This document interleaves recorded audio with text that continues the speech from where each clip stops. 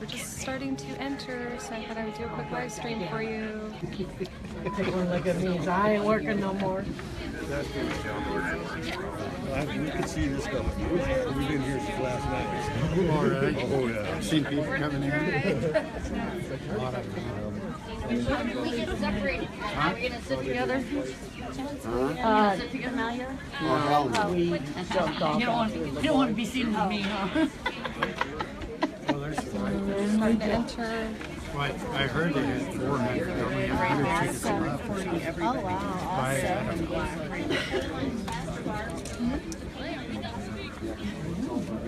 Well, I think this one was real wide. He's been literally recording people without them knowing. He's been standing behind them. Yeah, he does. Recording them.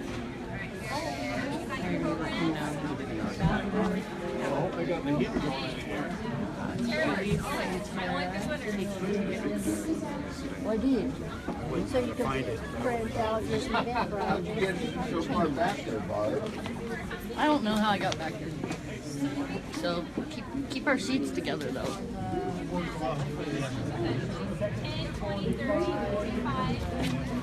I'll live stream for just a minute, guys, but then they want to be done.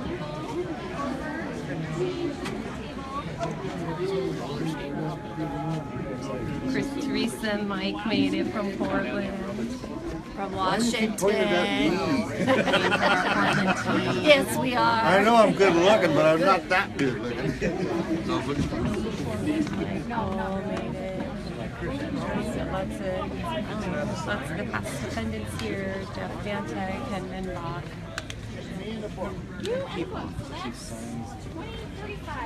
We got Kristen coming from Mecca and Donna and Julie.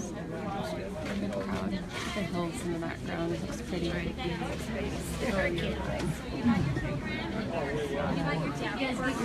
not an important live stream, it's just to let people come be with us.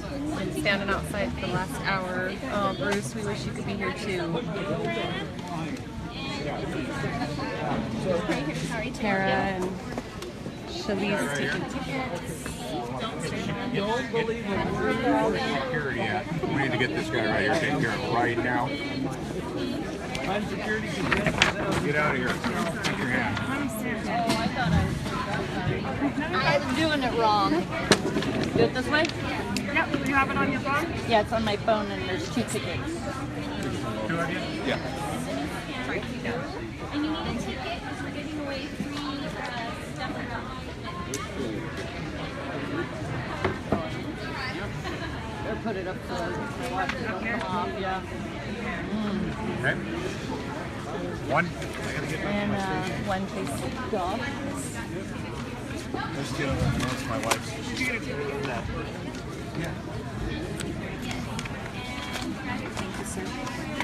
What is the pins for? Stamp? Okay. What about these?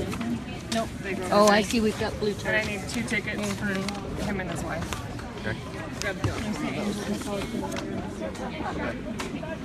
Okay, good to go? I'm always Coming.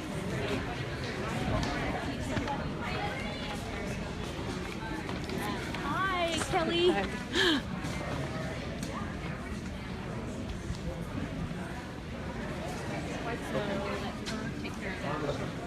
Come on down this way. I'm gonna climb past you. Sit there, you can sit on one of these. Okay. I definitely feel like I need to sit Need to sit. Yeah, you've been standing for a while. Have your shirt friends. Alright, set all this stuff down. Or wait, But I'm ready to JR take is off going to my probably coat come yet. sit here too, right? Yeah, He's just we making came himself in. famous. So we'll save that for tomorrow. Don't hesitate. Okay. Sit. Got the Ryan crew in the back. Are you live streaming? Yeah. Well, let's do one together. Say, it looks so frozen. Cold I know. and Doesn't matter how it ends, it matters how you stand, guys. got to get out there and speak up. Get out of your house. Let your voice be heard. Let the elected officials know that, and the government, that the answer is no. And maybe even, as Clive and Betty said, hell no. We want our government back into the confines of the Constitution. We want our country back. We want our freedom back. I'm tired of permission slips for everything I do. I want to be free. Yep, we're moms and dads of America wanting the right thing done. It's that simple. Yep. So what are you guys going to do? Going to get out there and stand? All these people are here to show their support for the individuals who are willing to go out and stand. Showing up is the first step. Reading the Constitution, first step. 1 year ago, I had never read the United States Constitution. How sad is that? There's Shauna Cox. I'm going to run over to Shauna real quick.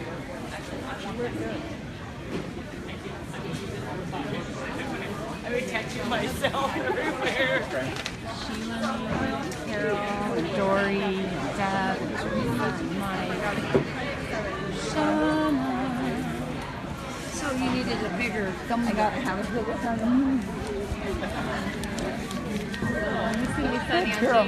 They aren't here yet. They're not here yet. No, Okay. but they will be shortly, I think. Okay. Did you get those papers? No. What is that? Oh, yes, yes. Oh, yeah. Okay.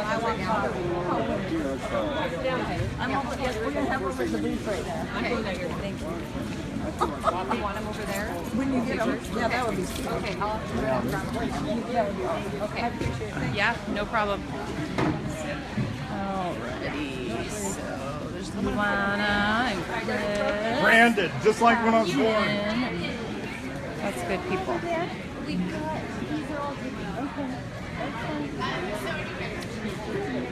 I got some things up here too if you need to. We have some more here. Okay. Where's Maureen? She was right here. I need something she has of mine. How are you? Okay. Sorry. Oops, I'm sorry. Sorry, I'm so sorry. That guy has been all over the place. I think I already said that earlier. He's been incredibly rude. Where's Maureen? Deborah. Where's Maureen? Hey, have you seen Maureen? No, I was just gonna ask you, have you seen Sidekick anywhere? I know. I need some papers that she has of mine, like right now for... Is she still coming in the I think line? she's still coming Okay, in the okay. line. All right. David, Carol's husband. Santa. Good people here today.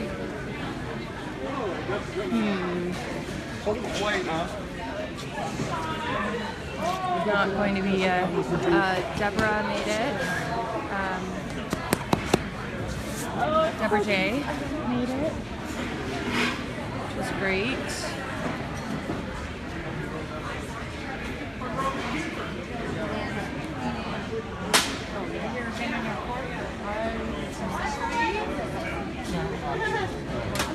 Packet, people can sign.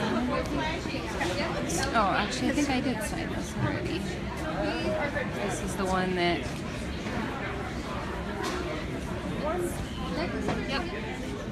Here it is. Stand. Liberty Rising. I wonder if this second round should be on that. Have you seen Maureen? Yeah, that wasn't she? She was over there with us. She had already come in. You saw her? Yes. Okay. So some have seen her, some have not. Okay, I'll show you guys again what's going on over here. Oh, Maureen.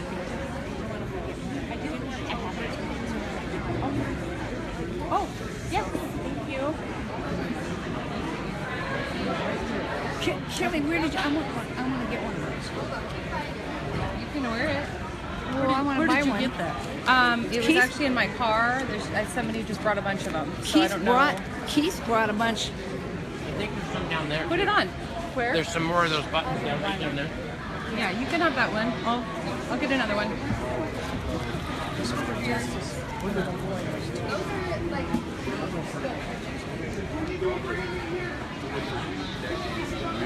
I like that belt buckle. I do too. I have one. Got that one. I think they're like $25 maybe, or I don't know. I got it a while ago.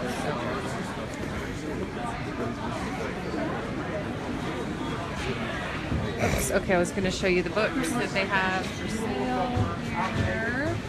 I grab any of these. Of course. That's so much of our Portland crew here. It's just awesome. So, Sovereign Duty. I talked to one Homeland Security guy since December 14th. It was a blizzard. We had a barbecue going across the street. Hi, good, thank passing you. out hot dogs and soda Anybody pop wants and any of stuff. these, I can buy a few and bring Officer them back. officers come up, and I said, oh, today we're just serving a default notice, nothing very cool.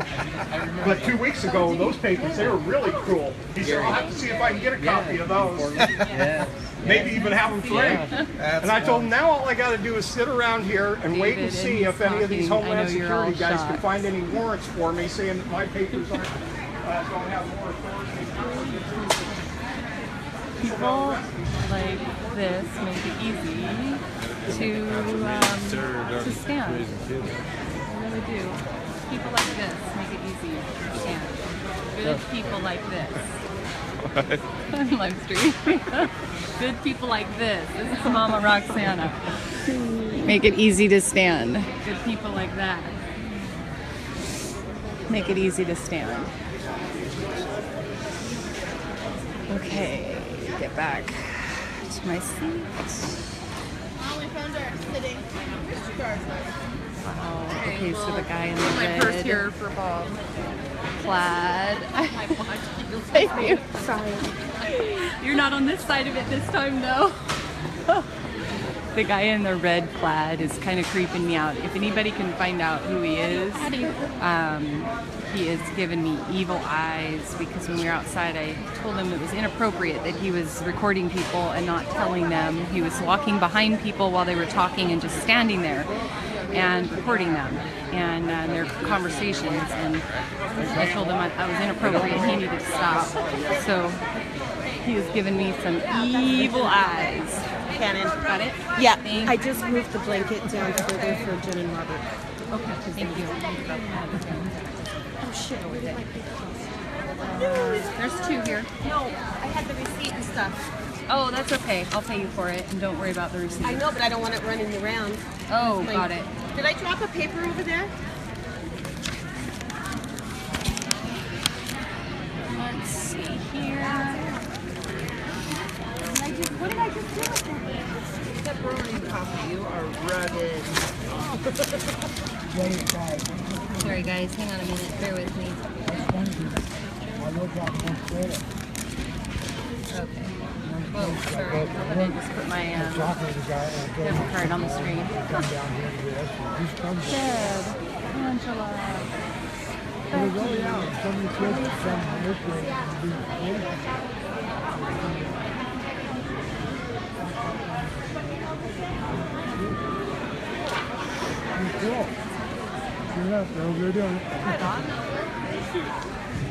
Brandon.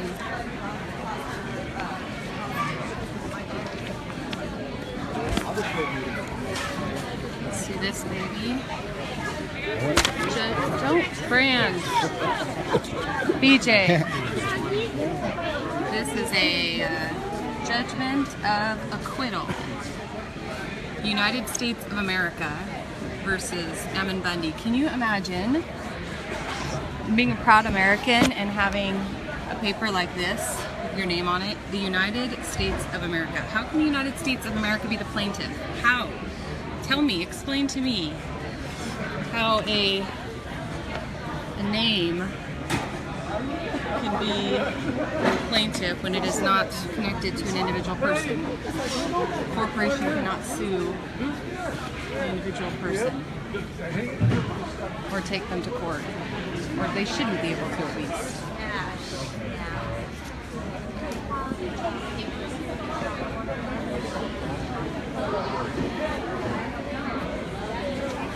No, I don't think it goes with those. I'll grab her real quick. Thank you.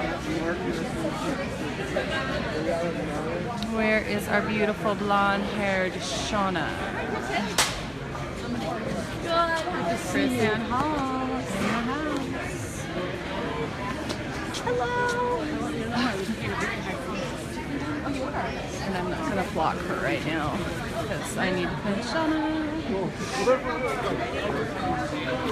Is oh, I know.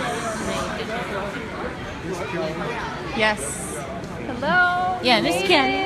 How are you? So glad you made it. Good to see you too. Trying to find Shauna. Shauna Cox. Oh, I just. She was. I haven't received the water. Oh, it's okay. I'm gonna pay for him, so don't worry about it. I'll pay you. Hold on, we gotta all three do a live stream just real quick. Live Hello, everybody. stream. Hi. Doesn't matter how it ends. It matters how you stand. Hold on. Wait, what do we want? Freedom. When do we want it? Now. What do we want? Justice. When do we want it? Now. That's right. Just like a true pom-pom patriot. Okay. Blonde-haired Shauna Cox.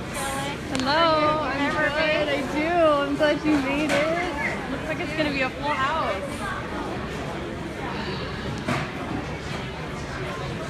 Do I always remember everybody? No, but I remember that mug.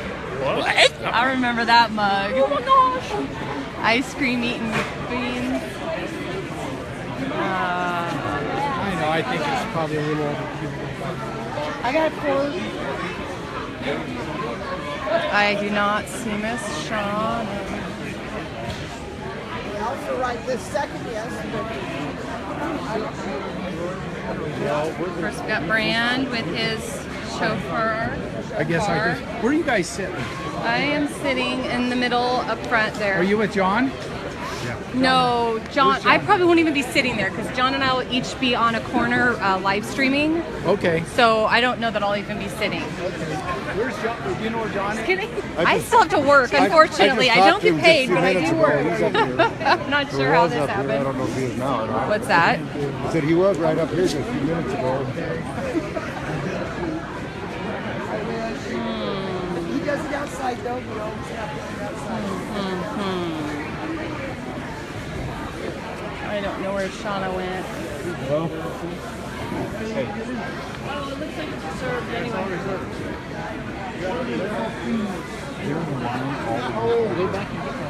How old is that? This is the original rock. It was at the memorial.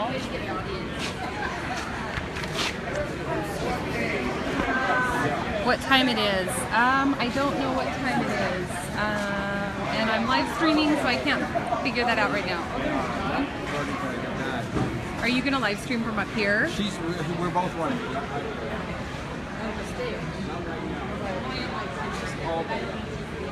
No, I think we got it covered. Okay, sounds good.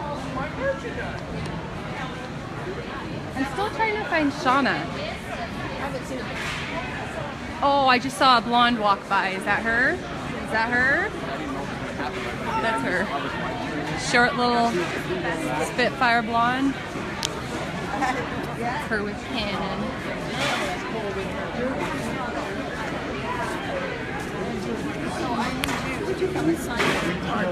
Good girl. Thank you so much for that. Got it. Okay, now I think I want to go get in line and maybe get a book of Chris Ann Hall's. Are you guys in line to buy stuff? Yes, I started out in Rufus. I'm gonna get a book. Oh, okay. Are you gonna get a book? I have one. I bought one with my ticket. I Oh, bought I two. didn't do that. Say hi, Michael. Yeah, I bought one. But I guess I get it in the mail. I told this guy I want to know what PPP was, and I told him Pom Pom Patriots. Pom Patriots. The P3. In the Dallas, P3 Gare now Jewelers. stands for Pom Pom Patriots. Yeah, that was my dad. See, I support the P3. They're on the corners. Yes. She supports the Pom Pom. Pom Pom Patriots. Yeah, my dad had people. I'm thinking about signing off because I'm just going to be waiting in line here for The big box. a book. Yeah, and the Although I could stand here and meet Chris and Hall and let you guys. from Facebook.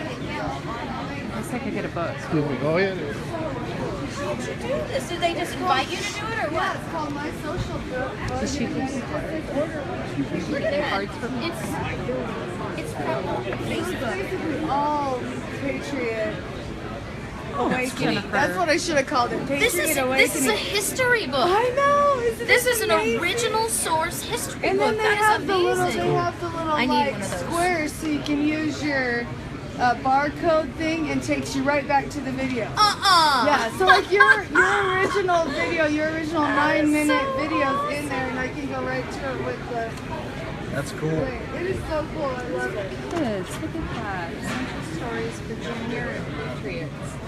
2nd edition. You're yelling so loud on your live It's okay. It's Sorry, I friends. told everybody you're here to just Oh, be that's here. good. It's not, Just there's not gonna be a Oh, you're show, live streaming? so- Hello. Such an inspiration. Thank you. I'm Kelli Stewart. Okay. Sometimes I do the live streaming for trial for now. Oh, okay. Well, thank you for what you were doing. Okay. Thinking if you wanted cream or sugar, you probably would send something. Debit card? Appreciate it. Do you have the money back? Here, I'll be right there. So if you had to pick between sovereign duty or the path to restoring America, Sovereign duty. okay. Yeah, sovereign duty is what we're teaching tonight. So, Okay. All right, and then all right. So that's you can sign 50. it for me. You're not a newbie, so this is kind of like newbie orientation. Well, a year ago I never read the United States Constitution, so I am kind of a newbie, but it's been a serious crash course this year. Learning. All right. So that's 50. All your friends are in jail, you start figuring things out pretty quickly. That'll get your attention.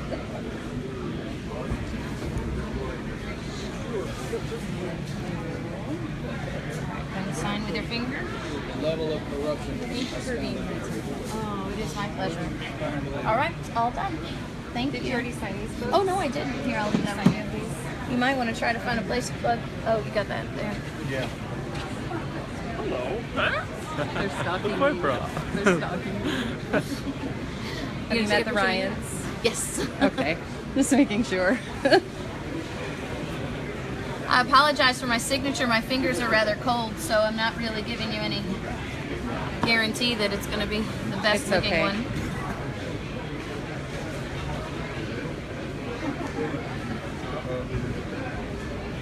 Thank you.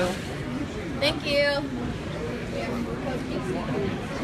You getting stuff? What? Are you getting stuff? Oh, I'm having met her, so. So did you want any of the stuff? So But we- nice to meet you. Awesome. Sure. I want to turn my thing off, my live stream off, so I can get a picture too. Well, you but should jump in people there will as get well. mad. Could I? Could I just People will jump get in? If I shut off So the then live how stream? many do you have watching? Oh. Don't say that loud. I'm sorry, love you all. Well, most people are.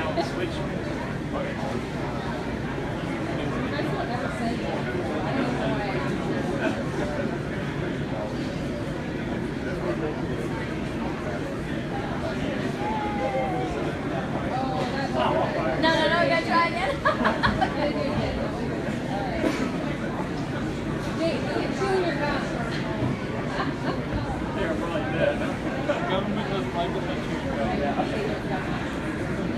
Oh, shame on you. Shame on you. You're being disrespectful to the king. Very high power. That's right. All right. So I'll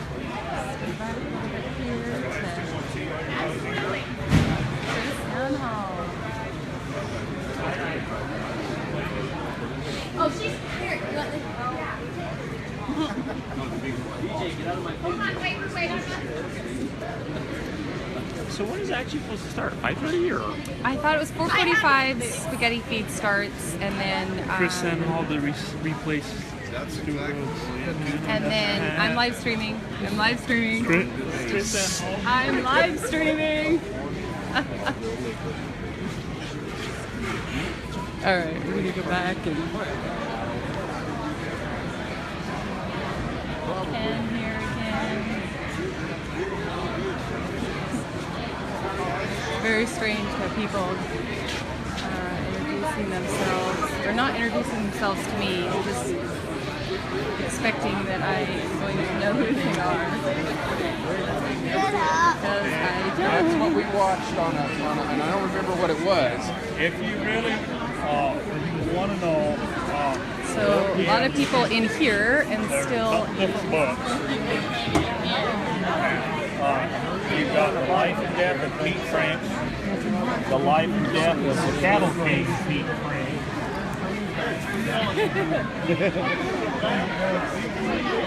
It will be a full house today. In fact, it will probably be Matt. I'm live streaming, just so you know. I just announced to you.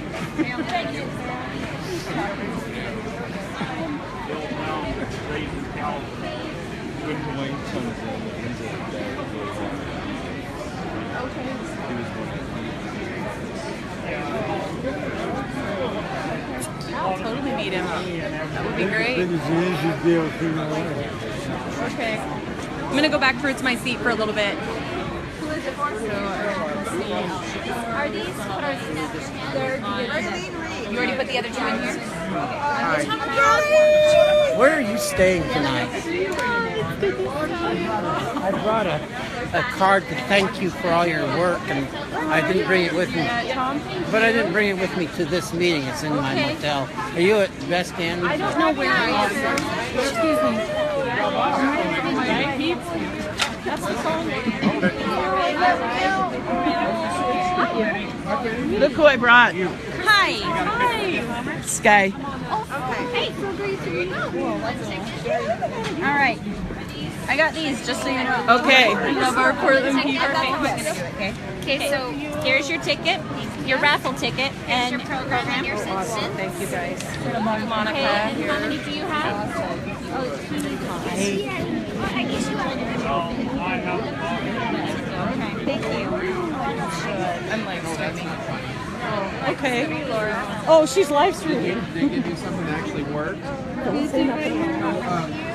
Well, we met each other before. Have we? Oh gosh. At the march. No, my hair was down. Okay. My hair was down. My hands are freezing. Angie and Lisa somewhere in and the all center of up them there. just came And I'll in. just be popping around as I live stream. Yeah, I know, right? Yeah, I'll try to sit. Angie and Lisa all just came in. Oh, where are they? They're over there. So like, wait, come here. Tell me this dark hair beauty right there. That's Sarah. Yes. Sarah and Lisa are here. Okay. I'm gonna set my. Okay. Yeah, I think.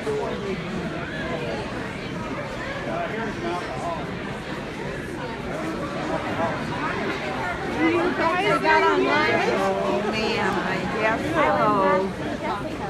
Oh, She's like, they were right here. I don't know where they went. I'm live streaming. Here. Hi. Hello. We made it. Yay, they made it. Where is Lisa?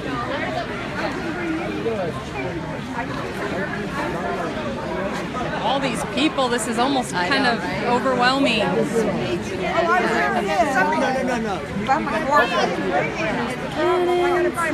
Oh my gosh, you live stream. I can go. I am, I'm sorry. I'm gonna hug you again. We'll hug again. Lots of hugs today.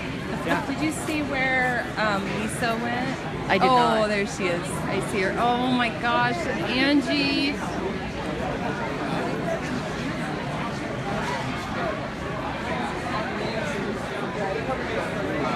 So my beautiful Bundies.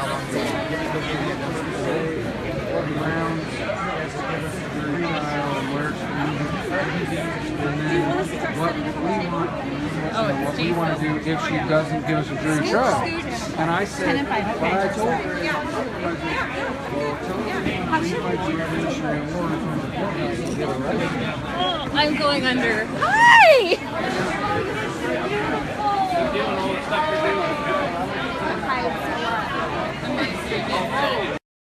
It's for the 100 people who couldn't be here today, so there's Lisa. I love you. It's beautiful. There's Poppy. How was the trip in? Good. We didn't get to stop for like LaVoy's thing, but yeah. And you guys go for Cute. Look at you. Look at her. Watch out, Ammon. Your woman's looking hot. it's time for him to get out. It's time for you to get out. A few stickers and a few hats. We should have brought. Good. It was great. There was a whole group of us. Okay, I won't. There was four cars in John Grove, and we saw us girls just like talks in John Grove. Good. And your hair's growing. Yeah, it's starting to grow. Are you growing it long again? If I can get it healthy. I just have to get. We gotta get my stress. How are you? I've missed. Oh, we miss you. We miss you guys. It's almost sad that we're like, we need him to come back to the Portland jail. We miss our people. I'm like, I never thought I'd want to go back to Portland, but I've kind of missed Portland. Say anything. Oh, good. You guys have your stuff too. I already bought one. Stand by the PJ. Yeah, I already bought one. I said I am like. How was your trip in? You know what? It was great. It was really good, except for like all this white stuff. Y'all can keep it. I'm going back to the I'm going back to the desert. I give everybody a bad. See that, Kelly? We're still friends. I give her a bad time online every now and then. Oh, okay. I'm like, because I get bad-mouth birthdays and Christmas and U.S. citizenship and other things. Try having him stay in your house. Try having him stay in your house. I wish you homeschooled too. 8 days in the snow. You can homeschool my kids. I need some Saturdays. I don't know if they got Rachel at the Embassy of Heaven, and she'd teach you a whole lot about how to support guys while they're in jail. That number's worth giving a call. She's worked the phones for 25 years. She never went around to all the Preparedness Expo shows all around the country. She always answered the phone. And anything health, homeschool, or law, or having people in jail, how to write letters so the jailers see that they're blessed. Fix their lives. Yeah. I really want to sign off the live stream so I can just be human and talk to people, but can I sign off the live stream, guys? Will anybody?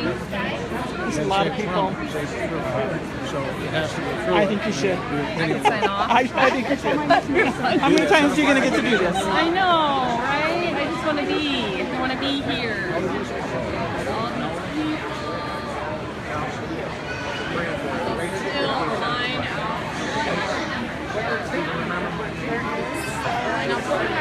Yes, there is still a line out the door. Awesome. Just tell her who you are, figure out who she is, say we're having a little problems because they're in there. Huh? Things changed so far of the jailers and those who got. You want us all help so you to be able to remove the fake? We've been at this for 25 years. Oh, I just want to thank you, Jacqueline. After I say hi to Carol, I'm going to turn it off. Oh, hi. But she could be a really good friend. I told her. Are we going to cut this down now? Okay. It's time to take it down. I'm going to go under it. I know. Have I seen you? I think so. In Portland, yes. How are you? And these were 10 and 5, right? What? Electrifying, huh? It's just a lot to take in. You're doing live streams? Yay! Glad. She's terminal. It's beautiful, Sarah. 40. We watch you faithfully. You're welcome. It's a small piece of the big puzzle and takes us all means doing our part. So. What I like is they're getting into the word and using it so better and better all the time too. I'm working on bringing the worlds together. It's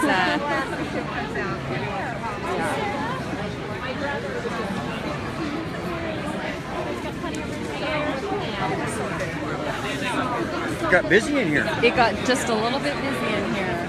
Yes, all these great people.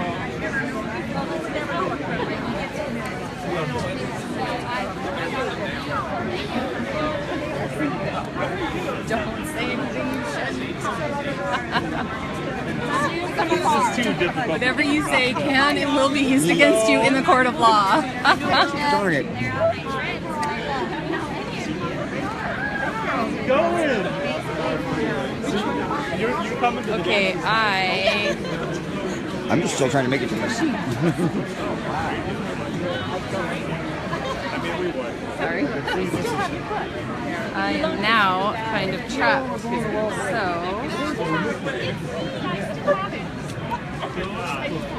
Sarah, Chris Border. Chris, good to meet you too. Good to meet you. It's so weird, isn't it? I feel like you guys are all my friends, but I don't really know you. Yeah. It is kind of weird. It's right here. Oh, do you? Right with Angie. She wants to say hi. I'd rather stay with that because then they'll It's been very weird. Yeah. Like I see their faces and I'm like, hi, and then I'm like, actually, this is the first time we've ever met in person. Hey. It is very weird. Okay, guys, I want to be human and talk, so I'm going to sign off. Actually, I wonder if I could just find somebody to hold my phone. Do you guys want me to do that? Find somebody to hold my phone? Yes? Hearts mean yes? Or should I just sign off? How are you? Until it starts. I haven't seen you since Portland. Nice to see you. No answer. Okay, well, I'll get your PO box later. I sent it to where I thought was your PO box. All reserved seats here. It is kind of nice having one ongoing video. I think my partner is really like here. My husband's the same guy. So he's like, are you ready? Like, shaking up my one long video. So let me see if I can find somebody to take my phone. Somebody I trust.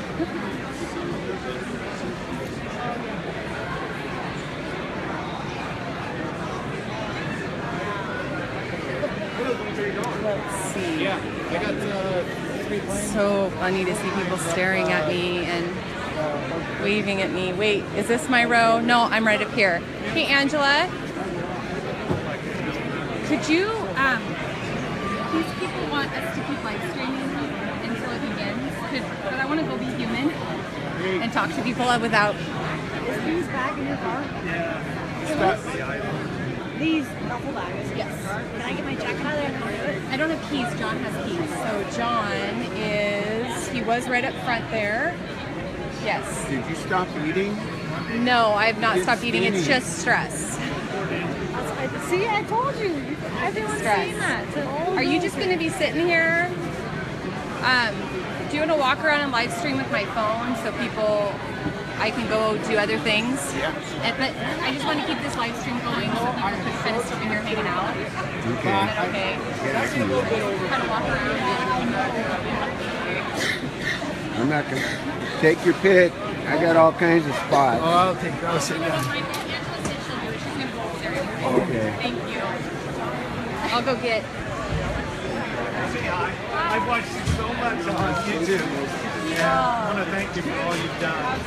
So it's been fun watching. I hate we have to go through all this, but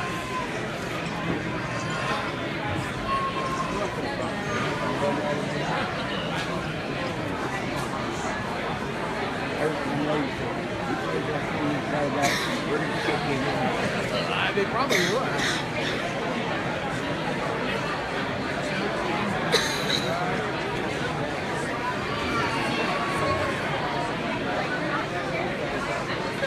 I think the mom doing it in your car usually, yeah, but let me. And so if I get home, and sometimes I'll get home,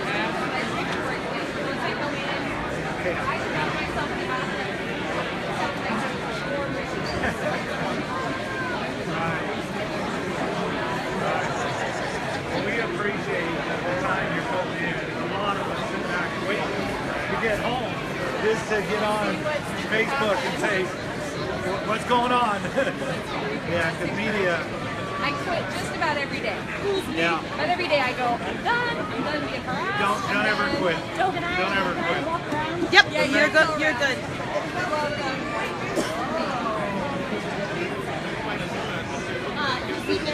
Send them up this way. Matt. Matt. Yeah, you can be indiscreet about it too, so people don't feel frustrated or don't stop with people if they're talking. I could have videoed it. Say them more. We're practicing.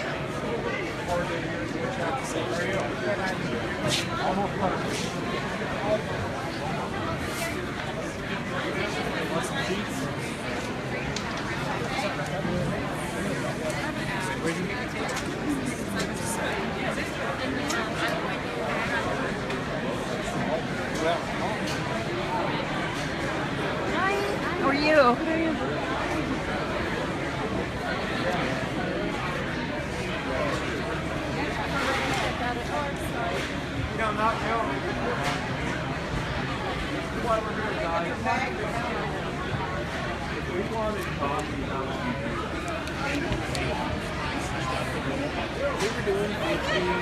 Yeah. 85, every day.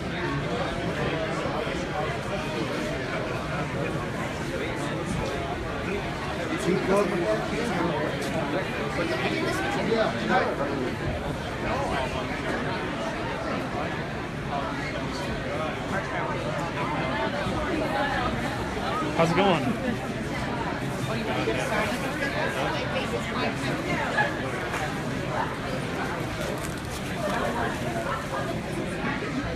Anyway, that is just,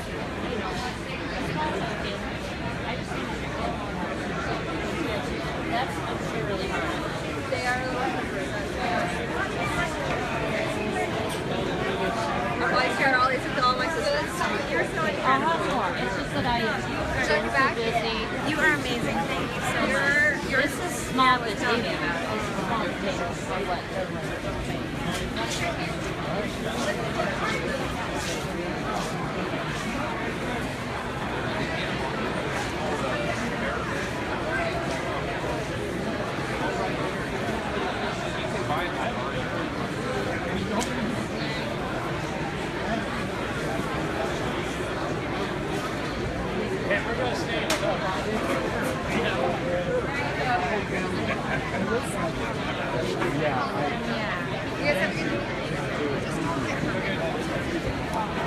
Oh, so sorry.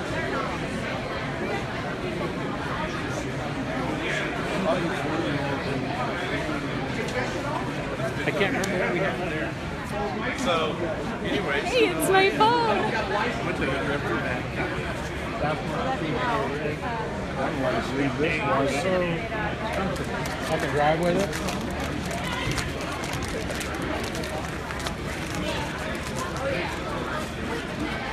And it's a 45 Derringer. So it's a the one 45 in one chamber and it's got a 45. Hi, Angela. I see you. I see you, baby. No, I need my ticket. That's why I'm doing it. To get in. I got to work my copy of it. Trying to hold on to it. 4 days later.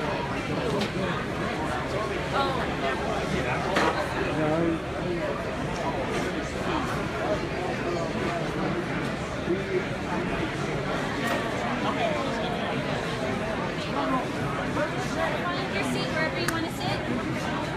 I'm doing this.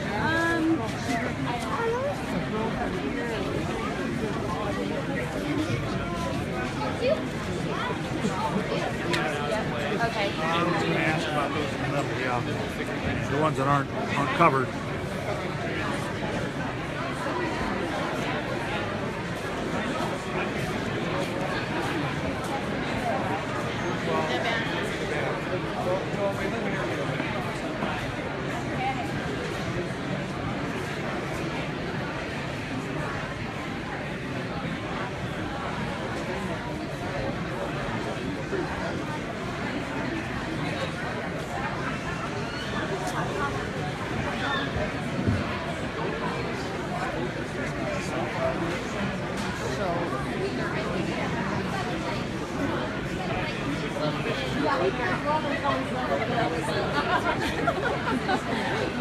Yes, how are you? Anyway, but you need to run again. Oh, we need. Oh, good. I'm glad she passed it. I'm excited for her.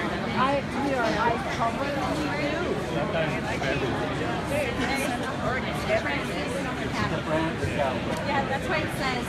Stand by the door. Okay. I didn't see that. No, that's okay. I have no idea. I just left our tickets there. Hello.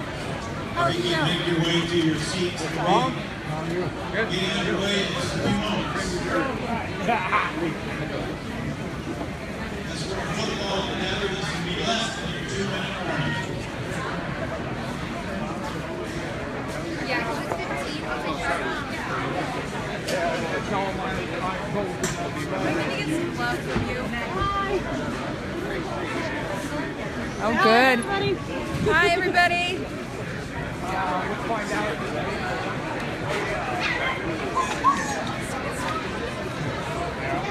Sheets of tape. Well, even before him. Yeah.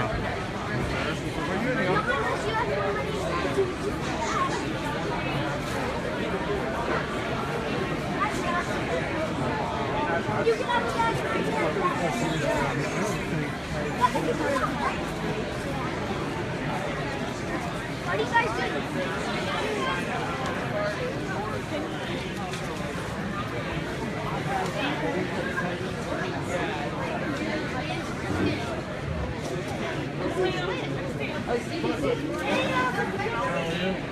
Who's that?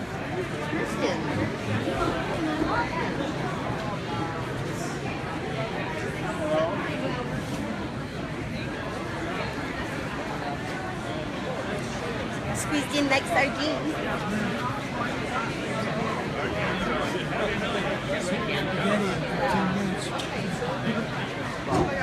I hope they made enough. I hope they made enough.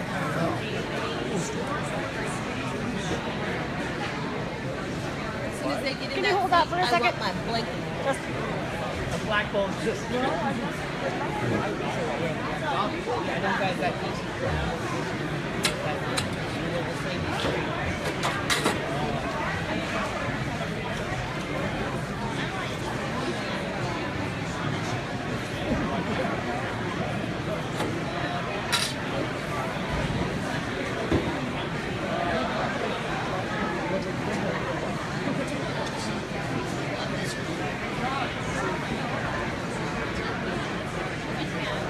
No, you can't have another one.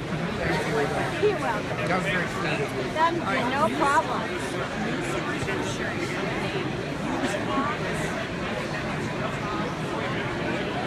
Your wife screaming? Kelli. Wife screaming. I'm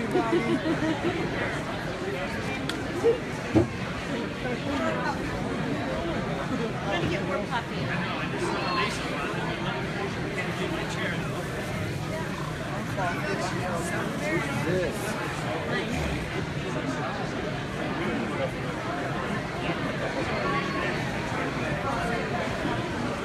How you doing, Angela?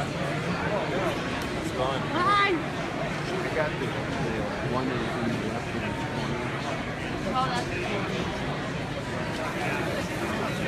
That's a good one. Rachel, where's I'm going to have a frame built for it. Rachel. Frame it and put it up on the wall. See, she could. It's a good thing, Angela, that you did that because I shake too much. Yeah, I saw him.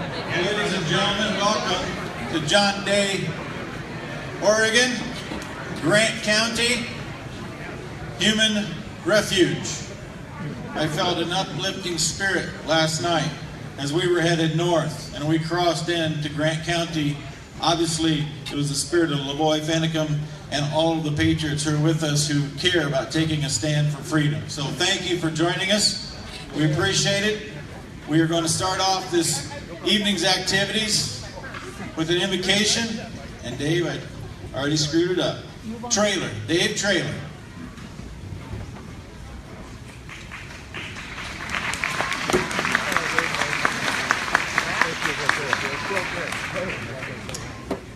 Lord, we thank you for being able to gather here as friends and loved ones in Eastern Oregon.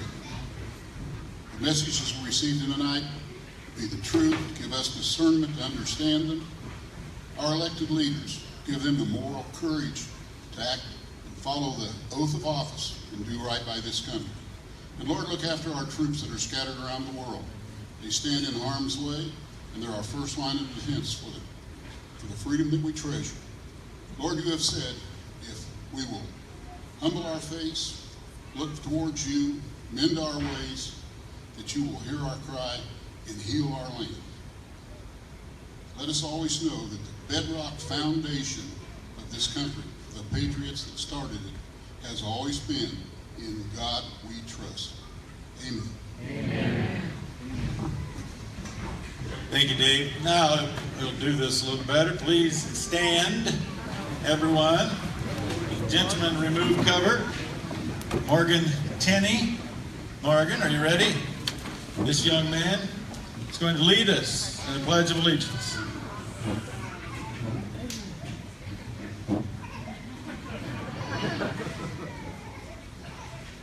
I pledge allegiance to the flag of the United States of America and to the republic for which it stands, one nation, under God, indivisible, with liberty and justice for all.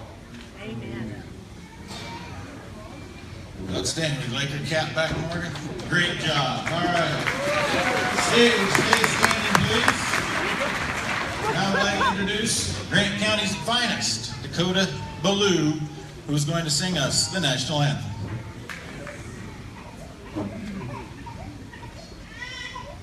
Oh, say, can you see by the dawn's early lights what so proudly we hailed at the twilight's last gleaming, whose broad stripes and bright stars through the perilous fight o'er the ramparts we watched were so gallantly streaming, and the rockets rattling, the bombs bursting in air, gave proof through the night that our flag was still there.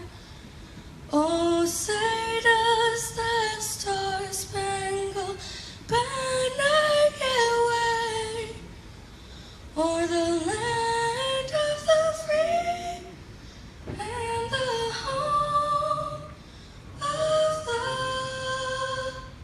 brave?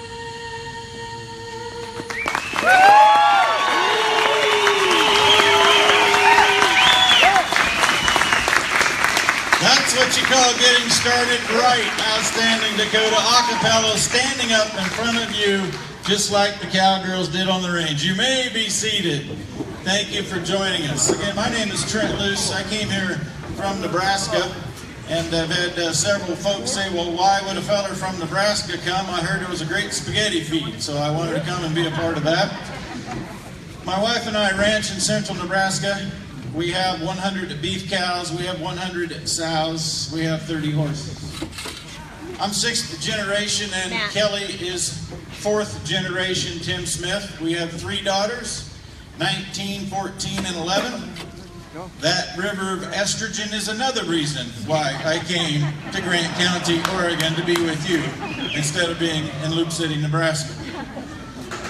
But the truth of the matter is that 18 years ago now, Kelli and I recognized that our freedoms on individual properties was eroding.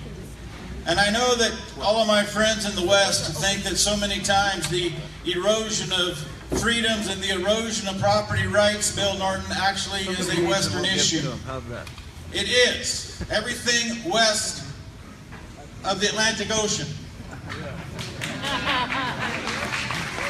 And it goes from one coast to the other.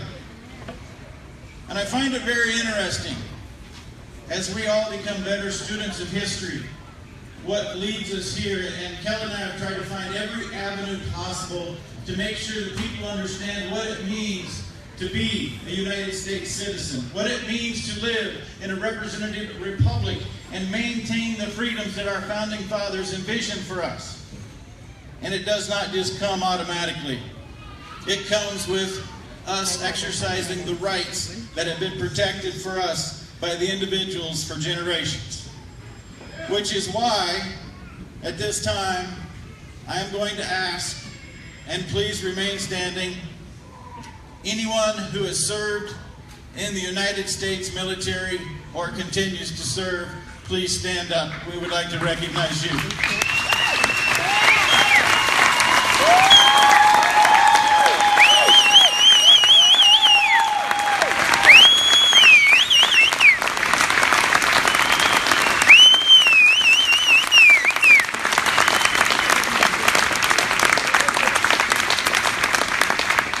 Now, anyone who's been a civil servant, so please remain standing.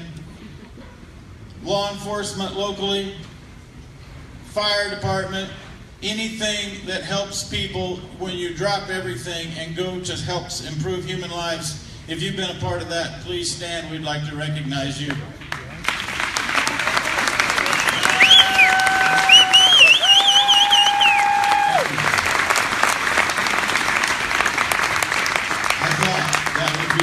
That impressive. Thank you very much, ladies and gentlemen.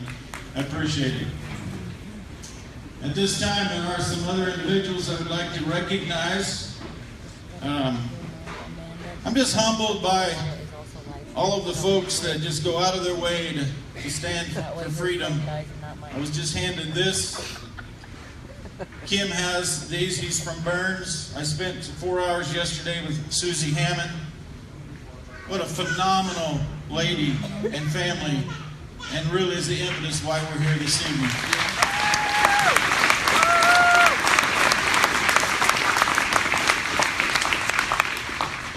Also like to recognize, I think they scattered on me like a group of church mice, but Carol, Lisa, Angie Bundy, they're with us this evening.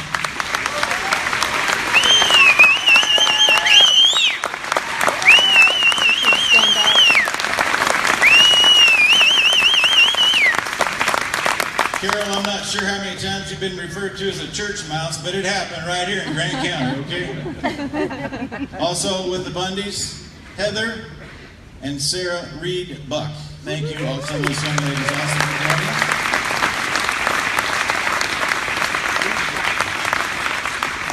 Because she's right there, and she has become an undaunting leader for so many, Shauna Cox.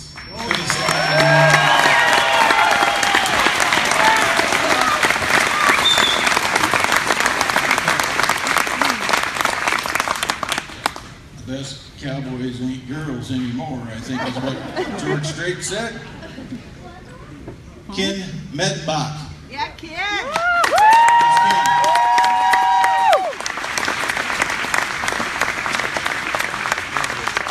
Ken's here. Jeff Banta. Yeah,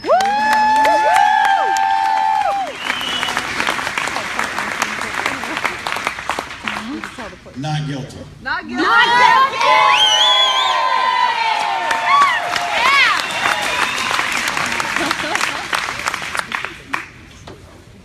Guy and Regina Finicum.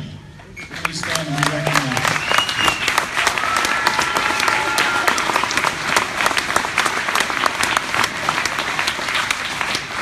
And the other guy trying to give me smoke signals.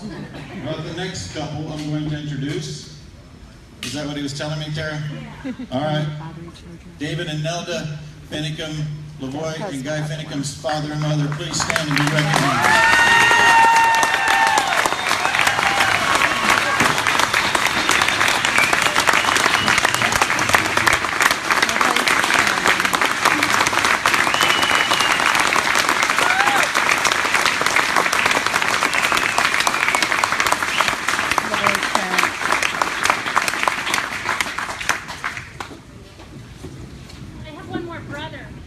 Where? One more brother-in-law. The other brother, Jody Finicum. Jody Finicum.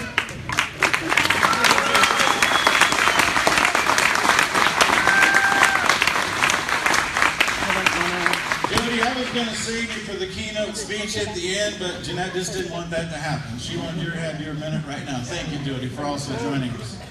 We're going to start off this meeting with me and a few direct comments. Everybody in this room knows that there are emotions running high. Everybody also knows that at this time in this country, we have many individuals that have lost what I think is the backbone of our freedom in our country, that is respect. As the moderator of this evening's activities, I will expect that we will have emotional, very constructive dialogue, and I hope that everybody who has something to say gets the opportunity to express themselves. If for any reason, shape, or form, this moderator deems that you are not being respectful, your opportunity to speak will be gone. And that applies on either side of the equation, if there are two sides. My point is that we have the opportunity to really take a stand and make something happen, and it only comes from bringing together people that might not always agree, but respectfully at the end of the day saying, we're going to move forward.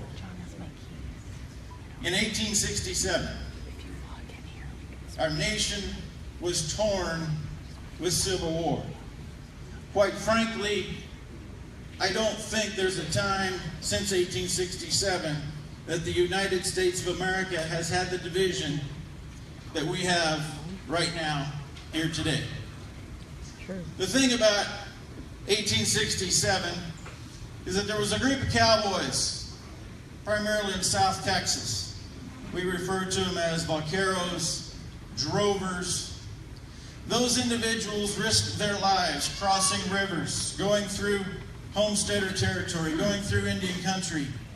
And those cowboys, in a mere 12-year period of time, brought 6 million head of Texas longhorn cattle from South Texas up what is now known as the Chisholm Trail, ultimately loaded on a railhead, hauled into Illinois, where they were fed on grass, fattened, went to Chicago, and then a guy by the name of Augustus Swift found a way to build a refrigerated rail car and sent that refrigerated protein supply much needed to the East Coast, which was the ravaged areas after the Civil War.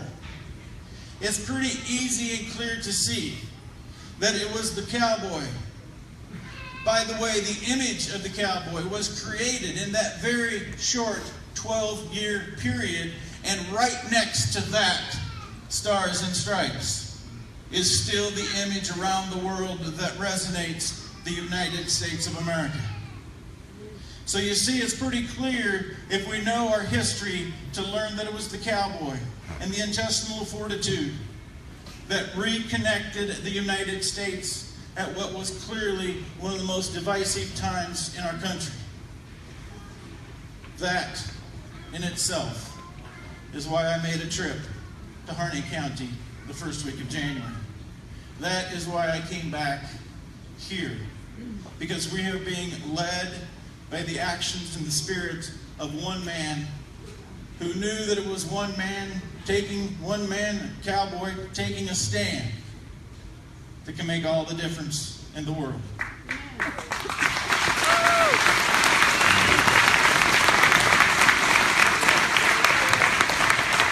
January 20th, 2017 was an exciting day for a lot of folks in this country, including me. But he, in his inaugural address, Donald Trump, our president, said he's giving it back to we, the people.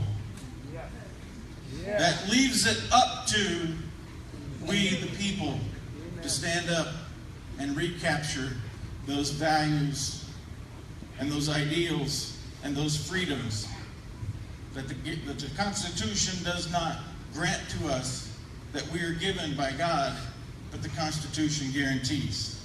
And we're going to hear about that through the rest of the night. But what I want to say about this point in time in our nation's history, and hopefully sets the tone for everything that we're going to talk about as we go forward, it still resides upon us as individual citizens to stand up and achieve the freedoms that we know we inherently have. We live in a representative republic, folks. And one other thing that I think is vitally important and that we need to think about. It does not bode us well for the future of the United States of America if we as individual citizens do not trust and believe in our government. We need to find a way to turn this new day into bringing together all of the vast and the varied-minded folks, how we go forward, and get the trust back so that we can be the United States of America again. And we have the opportunity, thanks to the sacrifices of so many in this room, and that is where we're going to go forward as we continue on this evening.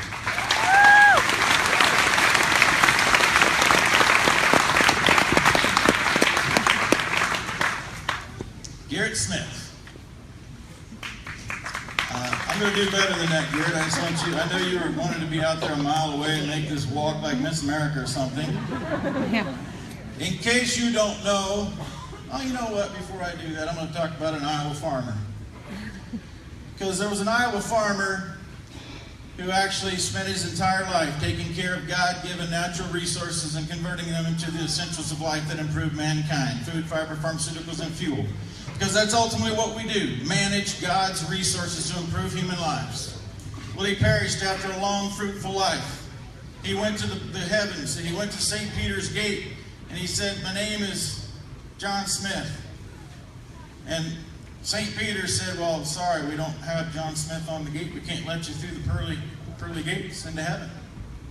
Well, there has to be a mistake, St. Peter, because you see, I dedicated my entire life, 4 generations, to taking care of God's resources and producing things that man needed to make a better life.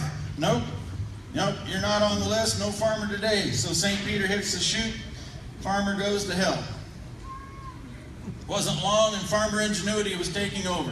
And this farmer was creating, he had duct tape, he had baling wire, he started making things pretty livable in hell, and it got pretty comfortable. Well, God got wind of this, and he said, "Hey, devil, I understand you got a farmer down there. We made a mistake. He was supposed to be through the pearly gates and into heaven." Devil said, "No, God, you know the story. Once you're in hell, you're always in hell." Well, then God got a little upset uncharacteristically, and he said, "Devil, listen, either you give me back my farmer that we missed, or I'm going to file a lawsuit against you." The devil just laughed, and he said, "Well, good luck finding an attorney up there."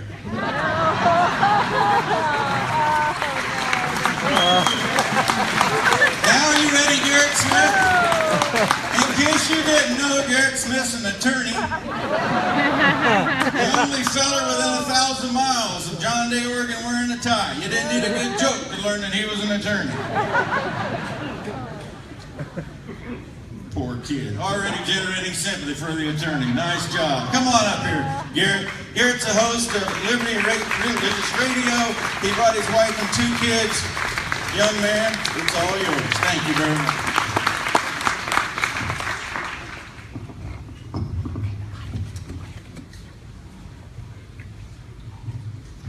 Well, thank you for that introduction.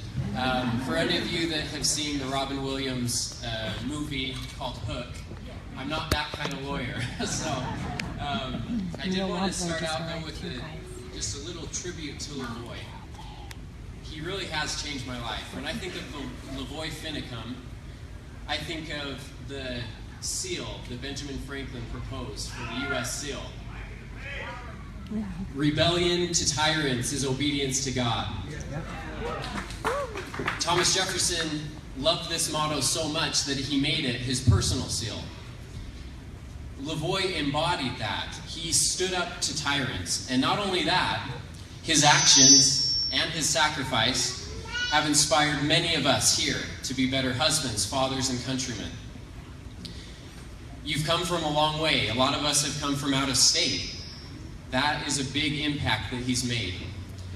And not only that, he illustrated that great line from Patrick Henry that says, "Give me liberty or give me death." If we can embody that as well, we will save the freedoms that we have with God's help. I want to talk a little bit about constitutional sheriffs. The events that happened last year could have changed drastically had there been a constitutional sheriff involved.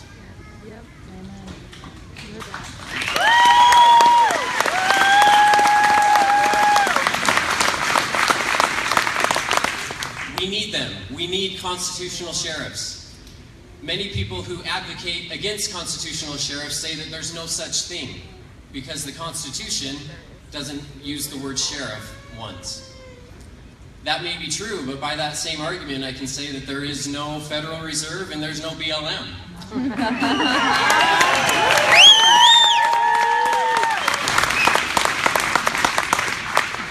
Even though the word sheriff is not in the Constitution, the reason that is because the sheriff is not a federal officer, and his rights and duties are not listed in a federal document because he is a local representative that's closest to the people and willing to stand between the people they represent and the federal government to stop overreach. That is what we need.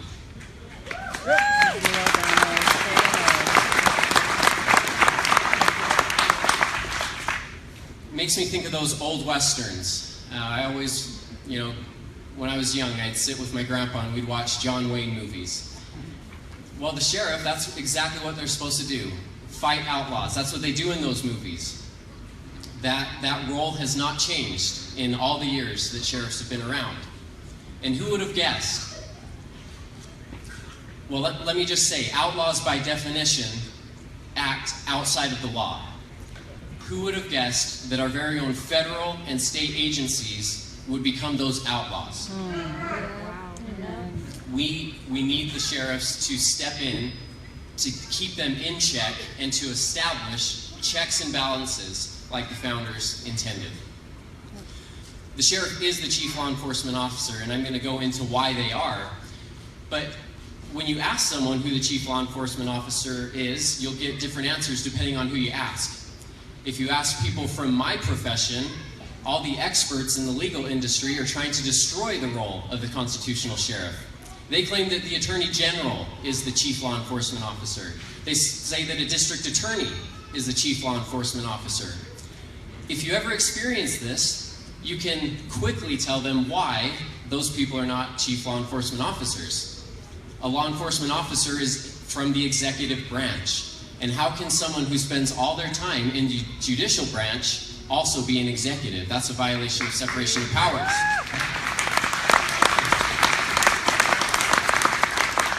So even though the legal dictionary states that the Attorney General is the chief law enforcement officer, the district attorneys are the chief law enforcement officers in their counties, that's simply not true. I saw another post on, one of these Facebook posts when someone asked who the chief law enforcement officer was. And they said, well, it kind of depends on jurisdiction. If you're in the city, then it's the police department. If you're, in the county, it's the sheriff. If you're in the state, it's the ranger. And if, you're in the country, it's the marshal. But that still begs the question, if all these officials are gathered in the same room, who has ultimate authority? It's the one named as the chief law enforcement officer. The role of the sheriff was established all the way back in 500 AD in England. There was a sheriff put in place that served papers, that carried out and executed the law. When the colonies were established, back before the Constitution even, they all had sheriffs that followed common law. Even as recently as 100 years after the founding of the nation. At the time, people still understood the role of the sheriff. Like we have lost that today. But even back then, in 1870, the Wisconsin Supreme Court explained why the sheriff was not mentioned in the Constitution. They said, "Now it is quite true that the Constitution nowhere defines what powers, rights, and duties shall attach or belong to the office of sheriff. But there can be no doubt that the framers of the Constitution had reference to the office with those generally recognized legal duties and functions belonging to it in this country and in the territory when the Constitution was adopted." It doesn't need to be defined. Common law affects every day of our lives. And by common law, the sheriff was the chief law enforcement officer, and even in recent time, if we look at the Prince versus U.S. case, a lot of you may know Sheriff Mack. He was one of the plaintiffs in this case, not wanting to implement the Brady Bill. He said no to the federal government. He stood up. He took a stand on behalf of his citizens. And in that case, the Supreme Court recognized him and Prince as the chief law enforcement officers. Even as recently as last year, July 13, 2016, in an executive order by President Obama that instituted more gun control, for those of you who are familiar with NFA items, it affected how you register those. And even in that executive order, the sheriff is named as the chief law enforcement officer. There's no question here. And yet, we'll continue to see that people will change that. They will try to change that, number one, through education, and number two, through legislation. We don't only need constitutional sheriffs, we need constitutional people to support constitutional sheriffs.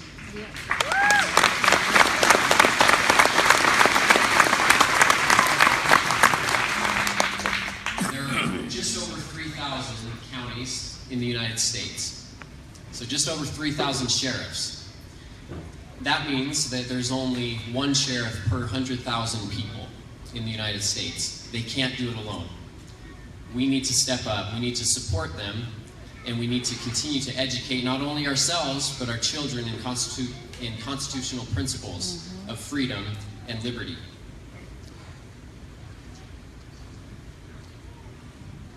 What are the duties of the sheriff as the chief law enforcement officer? Well, they preserve the peace. They're officers of the peace, and they preserve that peace in their county. They also protect citizens from federal and state overreach. A lot of people are familiar with the concept of separation of powers, that we have, a legislative body, an executive body, a judiciary, and that they divide powers to establish checks and balances. I went through public school, and I never once heard about division of powers, or maybe dual sovereignty is another way to put it. But this is not a horizontal separation, but a vertical separation. The federal government does not have precedence over state government, which does not have precedence over counties. There's a division, a vertical division or balance of powers there. And the sheriff has two important duties that they maintain in preserving the county and the peace within the county. One is called nullification, the other is called interposition. And these actually come from two of our founding fathers. The first, nullification, comes from Thomas Jefferson, who wrote the Kentucky Resolutions of 1798. He was the vice president at the time he wrote this. And he wrote it anonymously, so, just to not influence, people saying, well, he's the vice president. But in that, and I won't read it all, but you can, go home and read it. It's in resolution number 8. He talks about how we cannot put power in one man or one body of men on earth. And that when there's cases of abuse of delegated powers within the Constitution, the members of the general government being chosen by the people, a change by the people would be the constitutional remedy.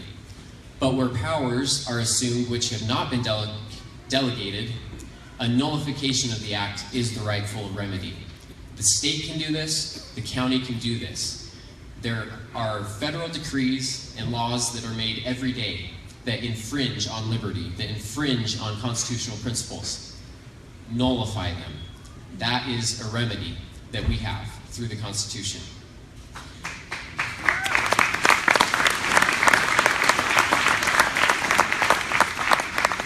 The Virginia Resolution of 1978 was penned by James Madison, the father of the Constitution. He says that there are limited and plain delegations within the Constitution.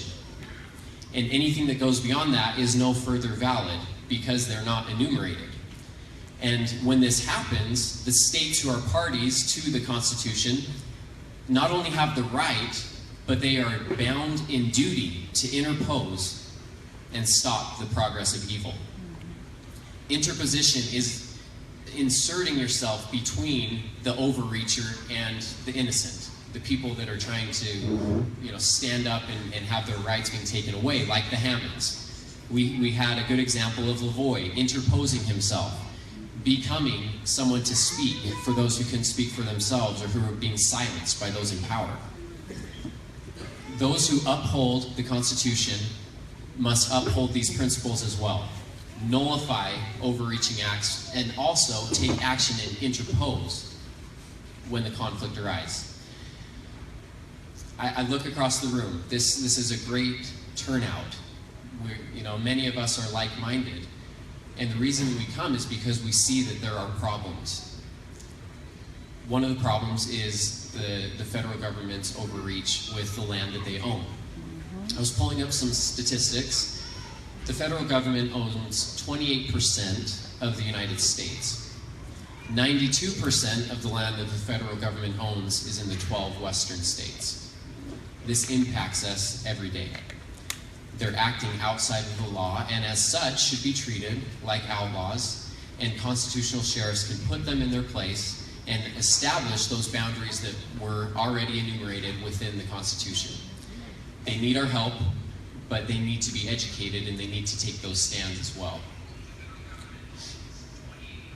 What's on the horizon for constitutional sheriffs?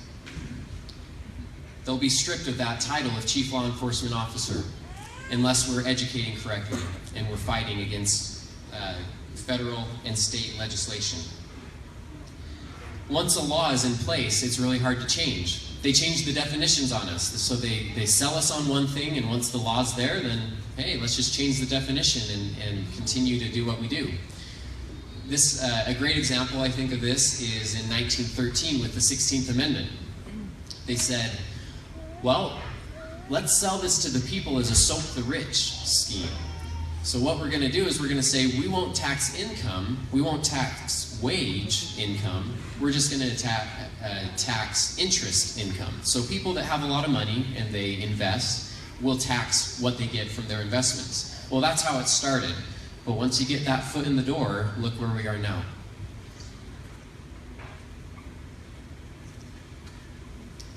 A couple examples of how our laws are changing the sheriff's capacity. In Colorado, in Denver, they elected to remove the office of sheriff completely from their county. So there's at least one county I know of that doesn't have a sheriff. If that continues to happen, who then will rise up and be that interposing, nullifying protector of the people? I'm from Utah. Last year they passed a bill, HB 276, and they created something quite interesting. They said, well, the federal government owns so much of Utah, we need to take our land back. So they created a DLM, a Department of Land Management. Changing the hands of the masters doesn't solve the problem. Taking it back to the state and not putting it to the people continues the problem. And not only did they do that, but in the document where they established the DLM, they said that the DLM, whoever is in charge of the DLM, becomes the chief law enforcement officer when there's an issue regarding wildlife. Does that sound familiar? I think we could all say grass could be considered wildlife, sagebrush. All of our land, where we live, can be considered wildlife. And they say, oh no, it only applies in certain situations and it's very limited. Don't fall for those tricks. Even when we, we educated and we spent a lot of time fighting that bill, it's still passed. There needs to be more of us. There needs to be, not just a few of us, those that are gathering in this room. We need to take what we learn, we need to spread it and to share it, and that's how we'll preserve the Constitution. It's not by one man alone, but as evidenced by LaVoy Finicum, he can do a lot. But we also need to continue that. So what can we do? When we leave here, we can get educated. We can study founding documents, study the Constitution. It has it all in there. It was interesting. I went to law school down in Florida, and I had a constitutional law class that I attended for a year. And to tell you a little bit about my law school, I'll just say they were very liberal. It's hard to say, hard to describe it in just a couple words. But to give an example of how people are being educated when they go to law school, my constitutional law professor's first day, he said, you know, a lot of people ask me, you know, where I stand politically, because I tried to teach in an unbiased way. He said, I believe that President Obama is conservative.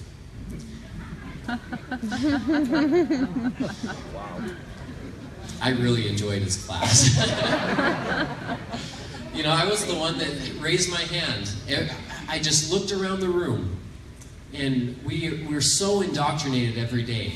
And I looked around the room as they're talking about abortion, things that are just so violently opposed to common sense and morality. And I look around the room, and I see my colleagues all nodding their heads. So, you know, maybe 1 out of 90 in that class is opposing what's being indoctrinated to the students. Those aren't very good odds. These are the type of attorneys that come and represent and influence how laws are being made and sit on, you know, as judges on the Supreme Court. We need to change the education. We need a revolution, not a revolution of arms, a revolution of thought, a revolution of morality, a revolution of community and standing up and supporting each other.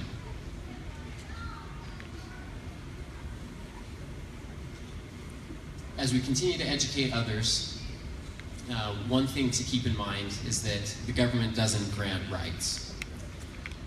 Rights come from God. Amen. When a right comes from God, it can't be taken away by government. And here we have the opportunity to turn our hearts back to God. As I've gotten to know the Finicums, I can't say how impressed I am with who they are. I never met LaVoy, but I've watched a lot of his videos online, and what a powerful man. And as Tara, the first Finicum I've ever met, she said to me, she said, my father, he wasn't all about, you know, taking the government back by force. He was always teaching, obey God. Mm-hmm. Be a good husband, be a good father. He was teaching people good moral principles. And as Benjamin Franklin said, only a moral people are capable of freedom. As nations become corrupt and vicious, they have more need of masters. To throw off our masters, we need morality again. Thomas Jefferson also said, if a nation expects to be ignorant and free in a state of civilization, it expects what never was and never will be. Become educated. Mm-hmm. Share this message. And what God has given, let no man take away. Amen.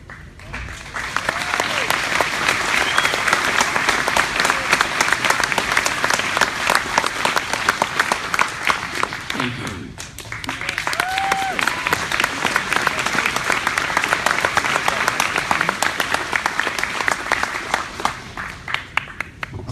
Okay, so I met one attorney I kind of like now. Garrett Smith, folks, let him know that was Smith.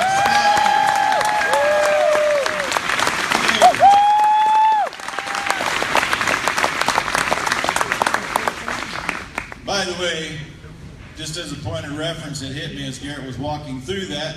Since 1973, the U.S. Fish and Wildlife Service has considered 2,652 species endangered.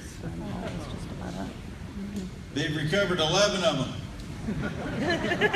6 of them aren't in the United States. One of them was the American alligator, which was never endangered. They just didn't know how to count alligators. And 2 was the wolf, which they didn't recover. They just hauled them out of Canada. So my point is, they have 3 or 4 success stories out of 2,600. That's what Garrett was talking about. All right, Kate. Kate Daly. Did I scare her off? Oh, there she is. Hey, Kate Daly is going to join us. Another Utah. She's a native of St. George, Utah. All right. I think you got some Utah fans, Kate, so that's good news. If you want to make your way up to the stage. She loves major media. She says we've had it all wrong. She's going to give us the real story. No, that's not what she's going to do. She's looking at me like, really, that could kill. She has a couple of shows. She got fired from a show, by the way, and then went back and bought it. And now owns the show. It's Fox News. Right? Ladies and gentlemen, with an investigative report about what's really going on in media, please once again welcome from St. George, Utah, Kate Dowling.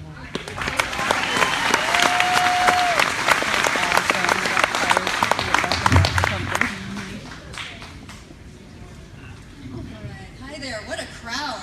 Wow, I'm loving this. It's a great thing to be in the presence of some amazing people out there.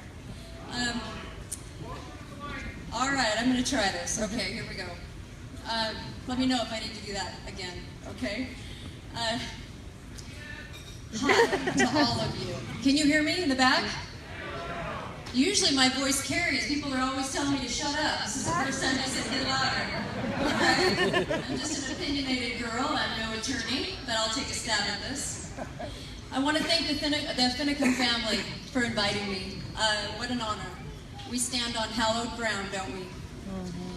We're honoring a man who was the salt of the earth, to convene a meeting that never happened, an important meeting. There is no place that I would rather be today. I am a really lucky girl, and I want to tell you why.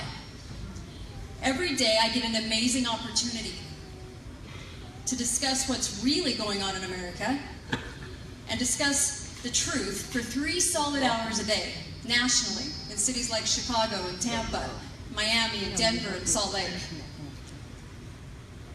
For the last 5 years, I've devoted my life to discovering the truth about our world and our government and what is really going on. I have thought seriously about changing the name of my show to I cannot believe I just said that out loud. It feels like that every day.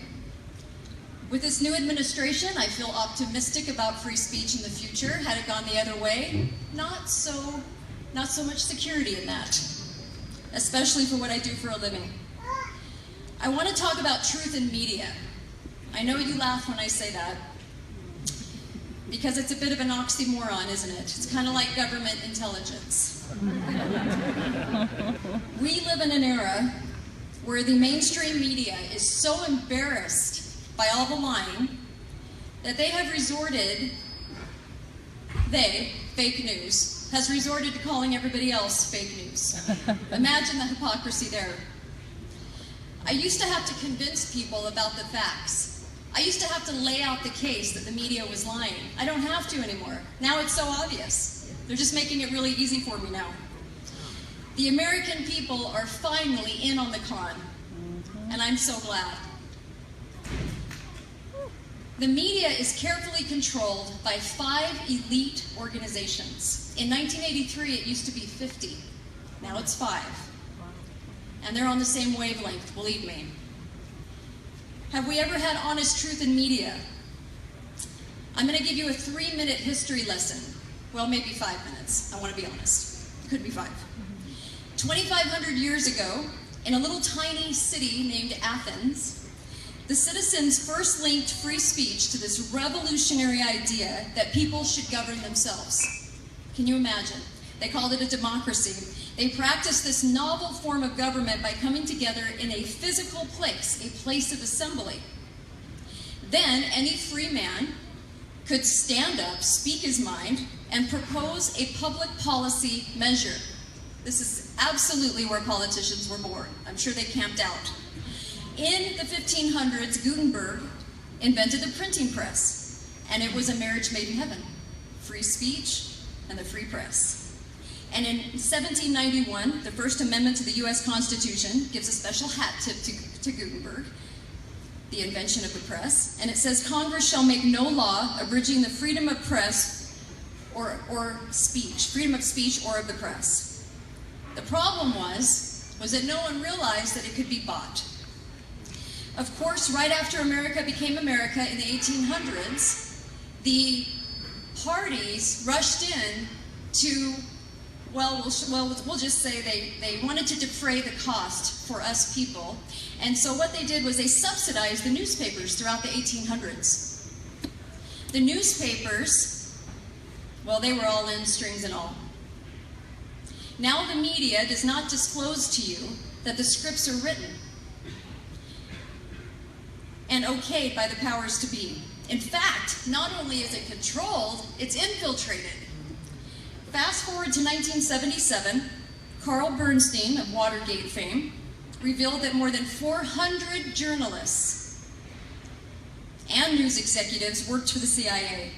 They included journalists from the New York Times, Time Magazine, which was already bought and sold by the elite anyway, the Washington Post, and the TV networks like CBS. And a little known fact, one of the first projects of the CIA in the late 1940s, after it was formed, was to infiltrate the press, namely the Washington Post, and move people into positions of power within the media. The hope was to do so quietly infiltrate, that no one would be able to recognize the difference between the CIA and the die-hard journalists and editors. Just recently, Dr. Udo Olkoff, remember that name, an international reporter, admitted that for 25 years, the CIA wined and dined him and offered him favors, even getting him into countries that he didn't have access to, so that they could control the story that went out. And Dr. Olkoff tried to offer up the truth in his articles. His stories were shelved, changed, or downplayed. After 25 years, he had had enough and started talking about this in the press. I really wanted to have him on my show this month, but he passed away from a sudden heart attack about 3 weeks ago. None of this is theory. This is all admitted by the CIA and media organizations. In fact, we had Senate hearings back in the 70s. I have it on tape. CBS freely admits that they allowed the CIA to dictate their stories and that they held high positions within the organization. Even during World War I, reporters were rewarded and knighted for their silence and collusion. British Prime Minister David Lloyd George said if people really knew the truth, the war would be stopped tomorrow. But of course they don't know and they can't know. My friend and frequent guest on the show, John Rappaport, he's an ex-mainstream reporter. He had spoken and interviewed a reporter from a major paper and described the propaganda game in this way. So get this. This is what he said. We know what stories we can't cover. Nobody needs to prep us. Our editors know too. Otherwise, they'd never get to be our editors. Apparently, some travel was necessary, but I knew that I could turn out reams of copy without ever leaving my apartment, because I grasped the fundamental angle that I was supposed to pursue for the story. It was the first time I fully realized how easy the job of reporting could be. Assemble a list of reliable sources who would support the mandatory point of view. Walk right into a prepared group of corporate and think tank allies. Pull the copy from wire services and rewrite stories in a way that bolstered the idea that the American empire was really spreading democracy to the less fortunate. It was a walk in the park. 20 years later, I saw the same overall pattern in hundreds of major media stories, but the point of view and the mandate had changed. Now it was all about globalism. The covert op was the takedown of America in order to squash the last vestige of political freedom and integrate the nation in a new economic order, end quote. A critical thinker is going to ask these two questions. Who benefits and what's the agenda? The media is a business and it has obvious goals. Money. If it bleeds, it leads. Fear, drama, conflict. They drive the money, they make you want to watch. And they like to save time. Get this. The State Department produces what's called VNRs, video news releases. These are news clips. You watch these on your local news broadcast. Maybe you didn't know where they were coming from. The clips are designed and approved by the State Department. The message is carefully crafted, and so is the perception of the story. VNRs, these video news releases, are manipulated to show you what's going on in foreign lands. They control the text, they control what you're hearing, and all the important subtext, the attitude, the picture, and what's between the lines. The goal is to keep the masses asleep. They will keep you emotionally invested into what's happening with those Kardashians and what idiotic university students are telling you about political correctness. But they won't let you in on the erosion of your God-given inalienable rights. So the media paints a lie. And why does this protest, the protest that took place a year ago, why is it so important? Why does it matter? Just 200 years ago, 95% of our lands were farmers and ranchers. Today, it's 1.6%. Wow. 1.6. We are losing America's finest. We are losing our ranchers and farmers. They are disappearing because of endless agencies in control, regulations, costs, fees, fines, and often bullied off their property, or they just give up because they can't fight it anymore. This is what's happening on the West. Let me tell you what's happening on the East. Many of you don't know this, maybe, I'm not sure, but on the East Coast, thanks to the Conservation Act, farmers who cannot afford to pay their taxes on their ranches are being coaxed by the feds to turn over their property to the government in lieu of taxes. What they're promised is that the land will stay in their family forever. They even give them a handsome little placard, a little sign with their family name that says the Smith family owns this farm, but they've given it to the Conservation Act. They do get to tell them what they're going to grow. But I want you to listen to what's in the fine print. At the bottom of the contract, it says that they sign over their property to the United States and its successor. Did you know we have a successor? Why is this such a big deal? Why are the feds grabbing up land? Property rights separate us, the American people, from third world countries. The right to own property is at the very root of being an American.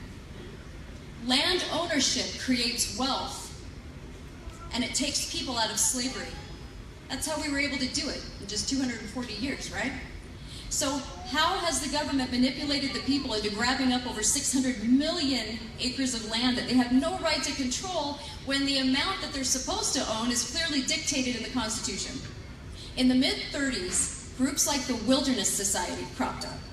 Small groups then admitted freely that they were working quietly with the government to usurp property, to hand it over for government control, but under the guise of protecting it from us, the humans. Did you know we were the enemy? I don't remember a trial, but we are. We are the enemy to land. At the time, in the 30s and 40s, they were afraid of the coming automobile boom, so they decided, in their own words, to battle uncompromisingly, that was their words, to get land in the hands of the feds. With the creation of the BLM and all the federal agencies that are managing it, to the peril of the ranchers and farmers, land is taken from the public to protect a flower, a frog, a weed, a flea that dwells on the frog, that dwells on a flower, that dwells on a weed patch. And in our case, in southern Utah, we got the not native to Utah turtle, the desert tortoise. We even pay for Turtle Watch. Do you want to know what Turtle Watch is? Turtle Watch is when we, the taxpayer, pay the police to sit in their cars as policemen to make sure that the turtles don't cross the road and get smashed.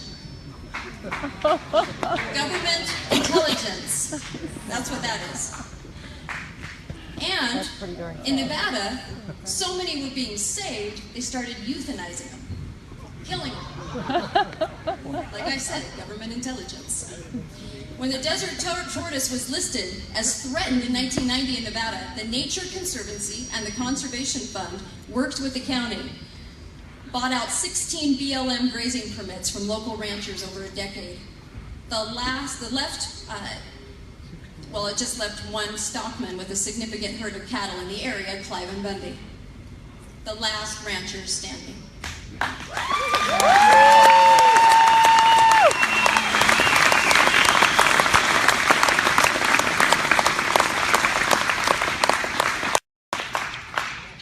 The despicable Harry Reid,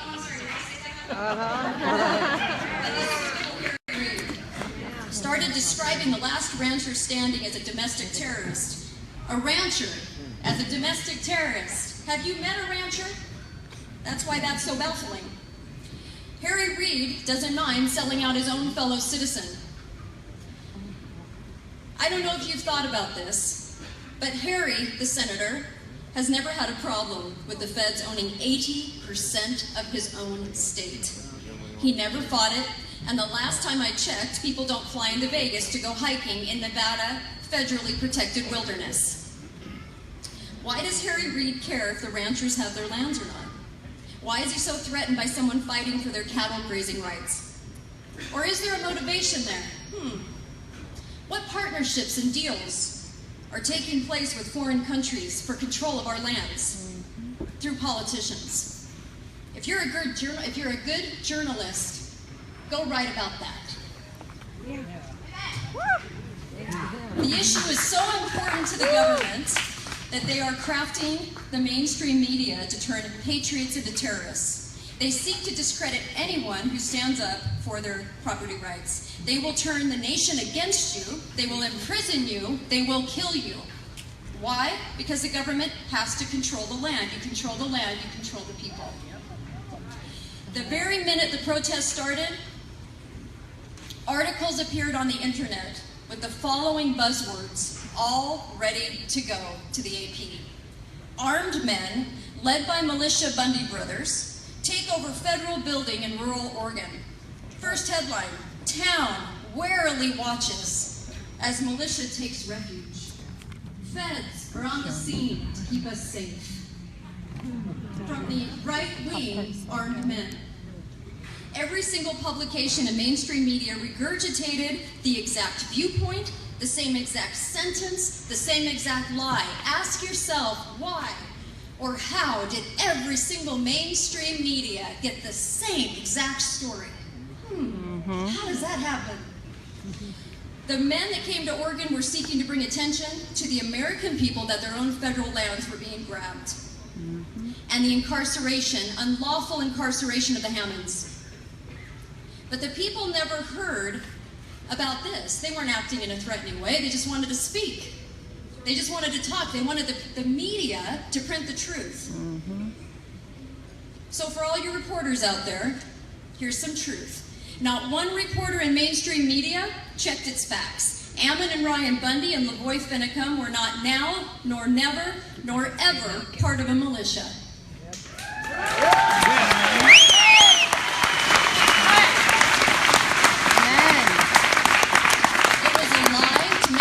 Threatening. One simple check by a curious reporter would have exposed this, but the narrative had already been laid out.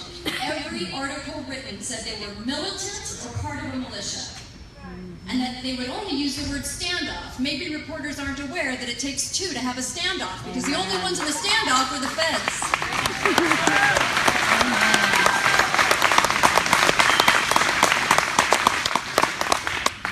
So why check the facts? After all, these are just a bunch of ranchers with guns, right? Forget that each one of them have a concealed permit to carry, that pesky old little Second Amendment right. Let's just paint them as armed militant leaders, ready to shoot everyone in sight. If you say the ranchers who all carry permits, then that's not a very good story. Just to give you an idea, comparatively, when Occupy Wall Street came about in 2011, it had violence, attacks, arrests, and people trashed public property and private property for months on end. And President Obama came out and said he sympathized with them and that they needed a voice. In Oregon, the protests had to be shut down so quickly because people, well, they just didn't want us to ask questions. So you have a sheriff who takes his marching orders from the feds and refuses to stand up for property rights of the Hammonds. Even though Occupy Wall Street went on for months, the feds decided they wouldn't let this go on for more than 3 weeks. There was no need for the feds to come in to handle things. But they were all dressed up in their layers of combat gear, maybe excited for another Ruby Ridge. Oh, did I say that out loud? Yep. The protesters were not threatening. The feds had to make it look like they were a real threat to the people. This was easy to see if you were paying attention. The protesters said again and again they were there to talk and educate and bring attention to what was going on. Not a single bullet was fired. LaVoy said he could feel the FBI creating the threat, ramping up the intensity, acting differently towards them. This was a show by the feds, and on January 26th, it was no traffic stop, it was an ambush. Amen.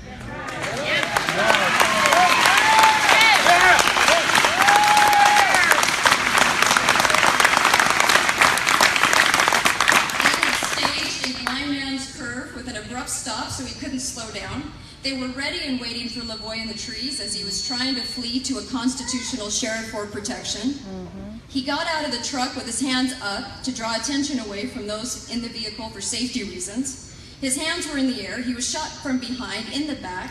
We all see the grainy footage that they tried to pass off as 2017 technology. But even then, it's hard to conceal the truth. He was murdered within minutes. The agents never even tried to speak with him or de-escalate the situation. Nothing. He did not shoot at the agents. He was not a threat in any way. It's obviously a problem, the mainstream media and the spin. They invent the news, and those gullible enough to believe them, I get it. This is an issue. But I'd like to tell you what I think the real problem is. I rode a friend's mule in the funeral procession at LaVoy's funeral. It was a humbling, incredible experience. And as we rode, the topic of my profession came up. I told him the danger I face is that I could never love my job too much. And he looked at me like I was crazy. I said, I can't love my job too much because I could possibly be swayed from telling the truth to please somebody. Climbing the career ladder could become too important and could challenge the integrity of the job that I do. Easily, since it depends on advertisers who think you're going to be unnerved if you hear the truth. I don't care what any of you do for a living. Every single one of us are citizens of this land first. Your job is just your vehicle to make money while you are here. It should never dictate who you become, but it takes many of us average citizens to carry out the will of those that seek to destroy our freedom.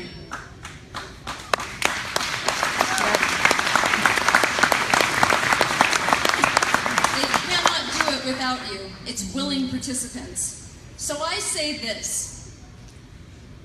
To the policeman who violates the Fourth Amendment because he wants to get the arrest for the promotion, to the journalist who decides that one article of lies won't matter because they need a paycheck, to the judge who says the Constitution is not allowed in the courtroom because it may interfere with the pre-designated verdict.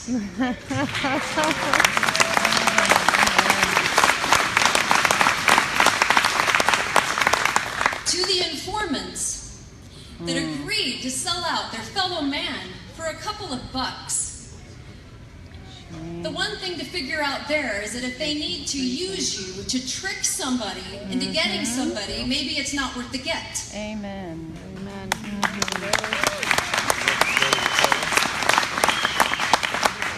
To the feds seated in the audience today, they're trying to conceal themselves as ranchers.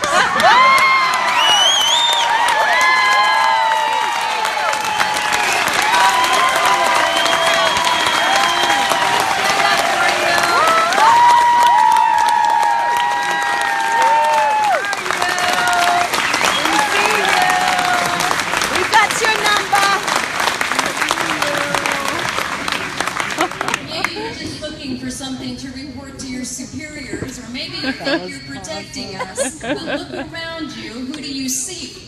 People that love America, ranchers and farmers. What are they going to do, farm us to death?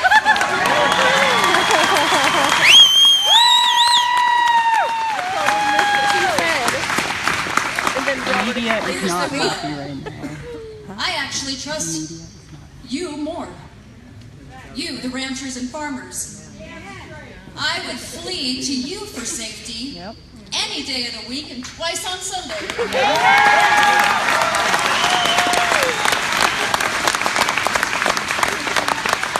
They look at me like a fellow citizen, right? And not a pawn in a game of ambition. To the elected officials that take the lobbyist money and tell themselves that they have to play the game until they get a little more powerful, maybe 5 terms from now. To the U.S. Marshal who thinks he's got the power of God and can throw a shackled man down a stairwell because he feels like it.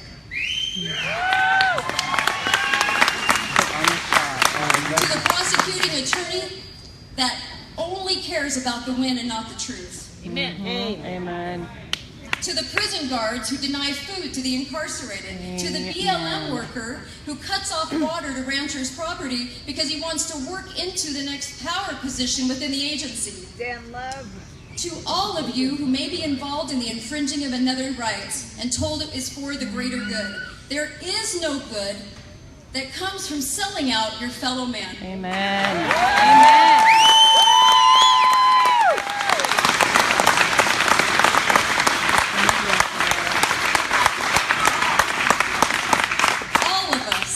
Possible cogs in the wheel of a tyrannical system designed to take our freedom. The America we have right now is the America that we created. We no longer want a judicial system where Hillary goes free and patriots are incarcerated because they love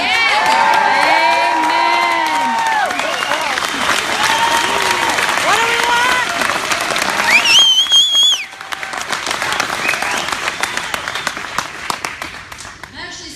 on the air too, but I told my children that in America today, if they ever aspired to be a federal district court judge, a state DA, or a U.S. Marshal, they might as well aspire to be in the mafia. Amen. Have you played a part in supporting, aiding, or abetting in this? Do you realize that you're digging your own grave too?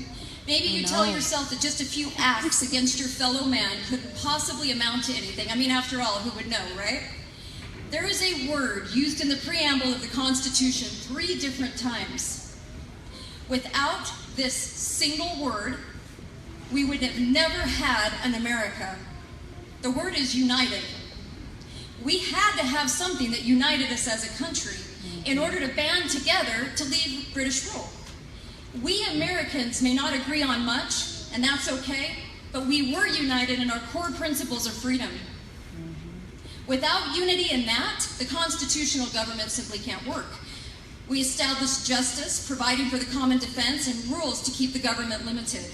We did all that together, despite how different we are. We have a choice now, just as we did then. We can be united in our slavery, or we can be united in our liberty, but we have to stand together. Even you citizens with a little bit of power over the other, you are not exempt from this. This is exactly what happened to John Stockwell. He was a CIA agent that came out in the 1980s. CIA was carrying out major atrocities against people. He went to the higher-ups, and they told him that he would understand what they were doing, or what he was forced to do, that he would understand someday. He did it, he trusted, and when he finally got to the top of the CIA ladder, he realized that there was no understanding of the heinous acts they were doing. It was all smoke and mirrors, designed to keep a good little soldier doing what they wanted him to do as they violated human rights and orchestrated coups in Central and South America to benefit the elite. How many go along with blind trust, knowing what they're doing is wrong? LaVoy Finicum said, "Some things are worth more than your life," and I believe freedom is one of them.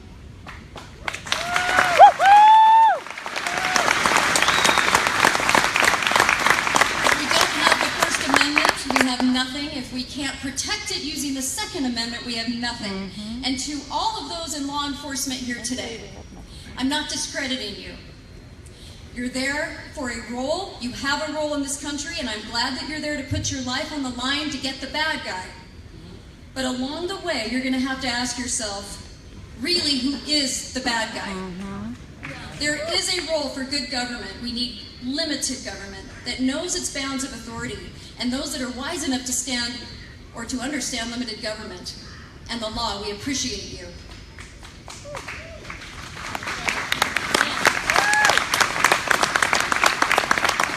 I say to anyone who can exercise power over another, with that power comes great responsibility to your fellow man. The citizens' rights that you violate today will have an impact on your own freedom down the road. You are a cog in the wheel. The country you grumble about, the anger you feel, and we've allowed to have happen over 241 years, we have contributed to this as citizens by doing these things. In my line of work, he who tells the story creates the winners and the losers. The media has the power to make a nation of 330 million people either loathe you or love you. Just ask Trump. That's a lot of power. Case in point, framing the story to make those protesters look dangerous, dominated the media. The not guilty verdict was the most amazing story of the century, given the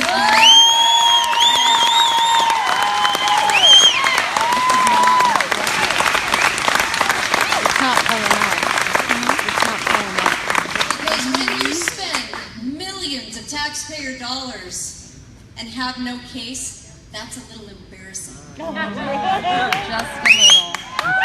To the media present, use this power responsibly. Instead of creating the story to invoke an agenda, how about telling the story as is and letting the audience decide? Telling the truth is not hard. It's very simple. You sleep better at night. There's just all kinds of bonuses. The media is only supposed to relay the information, not invent it. And if you cannot tell the truth, leave the job.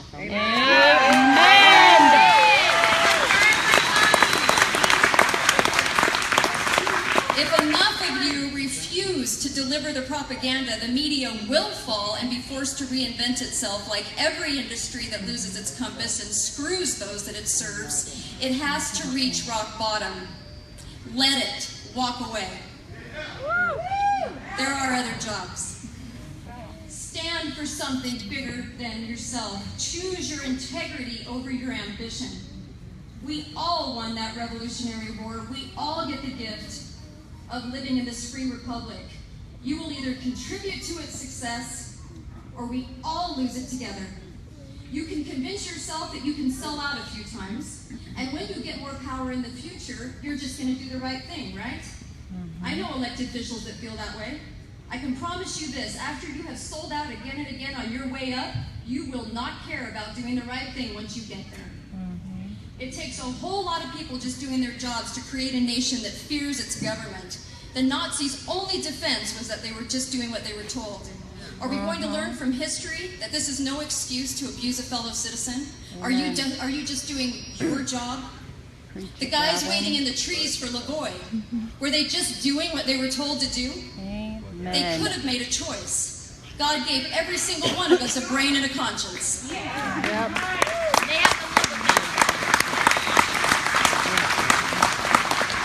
What every citizen does matters when you're doing it to another citizen. I don't care how powerful you think you are at the end of the day.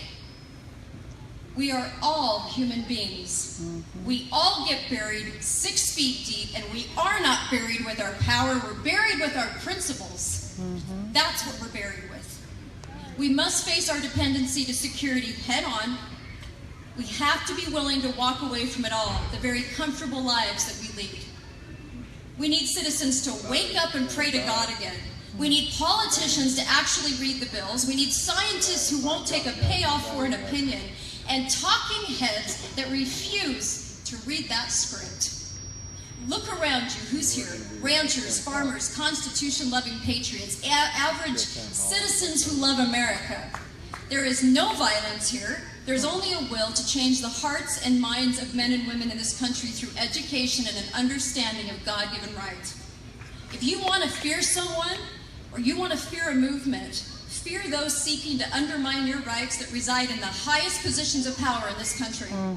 Fear those that conspire to keeping the masses asleep. Fear those that seek to imprison patriot-loving Americans to cover up insidious wrongdoing and illegal activity.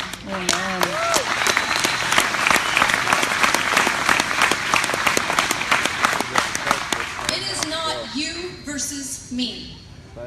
It is freedom versus slavery, and it always has been. That time for choosing is now. I end every single show with the phrase, be faithful, be fearless. Because to be fearless, you start with a little bit of faith. And that enables you to have that kind of fearless mentality to go out in the world and speak louder and do more. On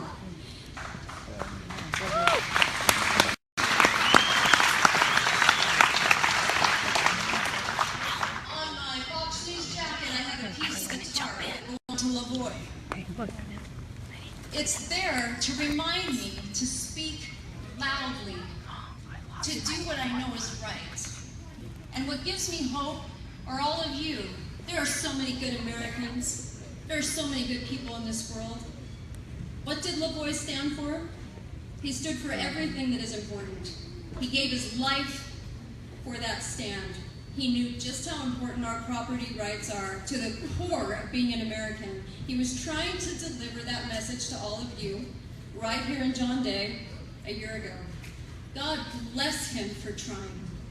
God bless our country if we are smart enough to keep it. LaVoy said it best. It doesn't matter how it ends. It matters how you stand.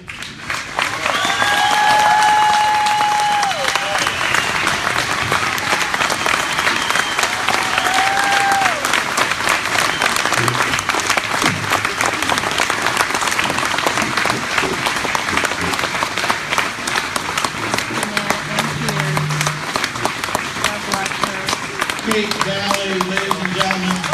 Kate, thank you. I have no earthly idea why you got fired. The media are leaving. All right, just so that you know, a little housekeeping. We're going to have one more presentation, and then we've got a break. During that break, we'll have fundraisers. By the way, the fundraiser is the 7th and 8th grade class back in the corner, but selling you refreshments. That's the 7th and 8th grade class in John Day. Their money is going to pay for a trip to Washington, D.C. They plan to meet the President of the United States, Donald Trump.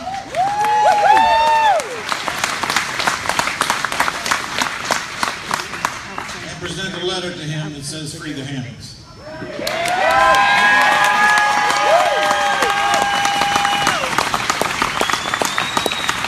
Bill Norton is up next, and for all of you parents who have that unruly teenager, you wonder, how in the world am I ever going to fix this?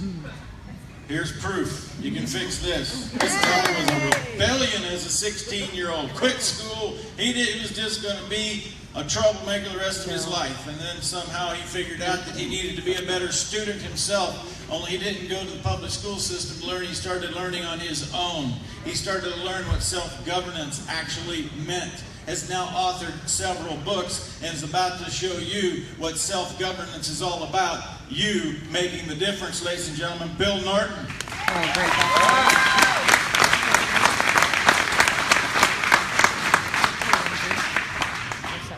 All right, this is fantastic, isn't it? So, one thing that I observed right away as I was talking to Tara and Jeanette about this event was how important it was to them that this event be about education. That it not be any kind of a poor me event. Look at, we've been, big tragedies and things. It's about education, which is really what I believe LaVoy really wanted to see was fellow citizens becoming educated on the principles of freedom. So that's a little bit of what I'm going to do today. In fact, Thomas Jefferson said that the only true corrective of constitutional abuses is education. So that's why I'm glad that that's what we're doing here this evening, is educating each other and becoming more aware. Now, my specialty is the principles of liberty.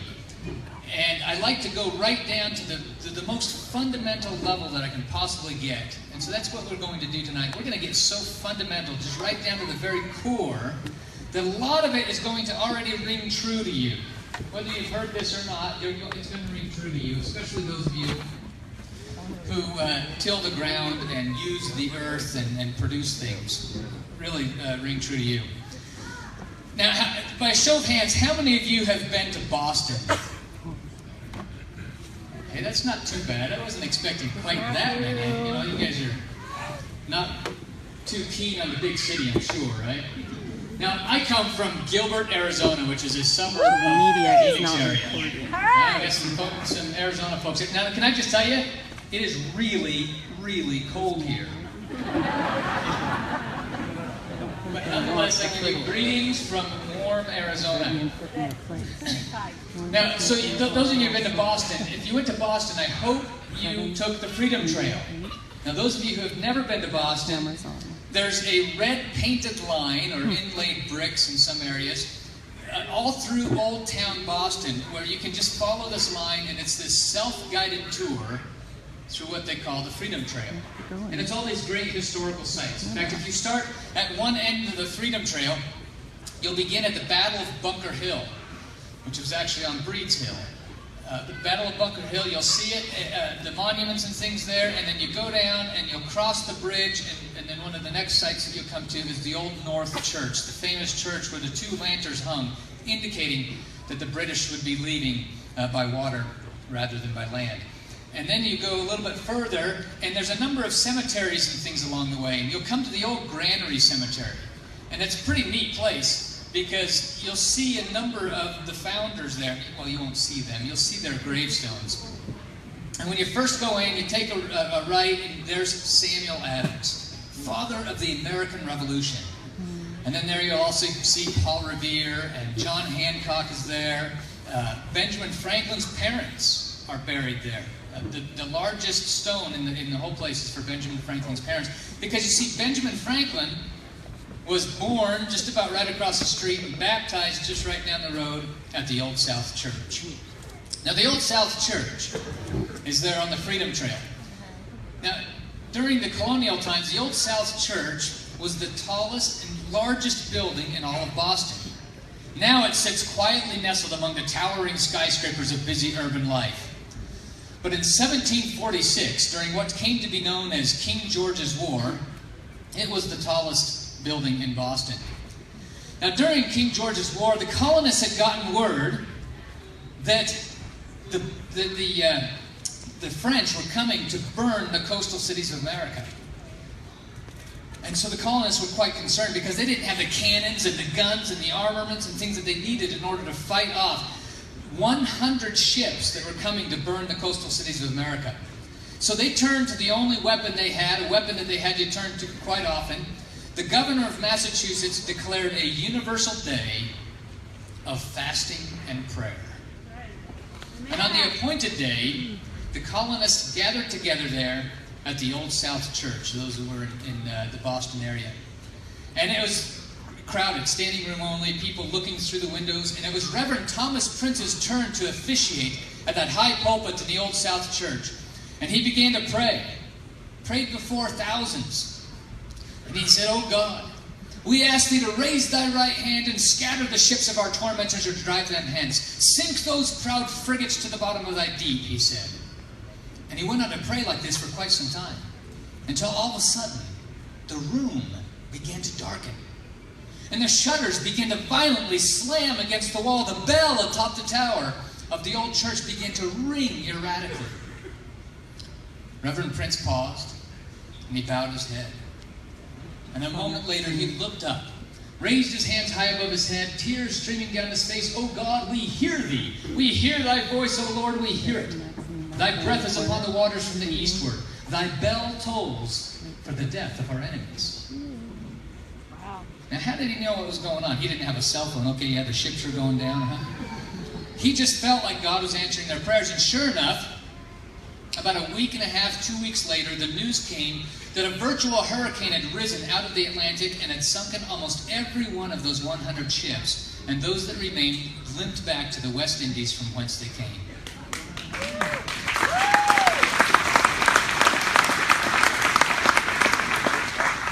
So Boston wasn't burned, Charleston wasn't burned, New York wasn't burned. God had once again preserved the colonists from utter destruction. Now I tell you that story that took place at the Old South Church along the Freedom Trail in Boston, because I want you to think about what we're doing here tonight as part of a new Freedom Trail that we're blazing. Now, over the last almost 10 years now, there has been a liberty movement on the rise in America. And it's this new freedom trail that's being blazed. And what we are doing right now, I hope, 200 years from now, our ancestors, our children, our posterity, are actually going to various sites that were significant in this freedom trail. I hope that one of those sites 200 years from now is on Highway 395.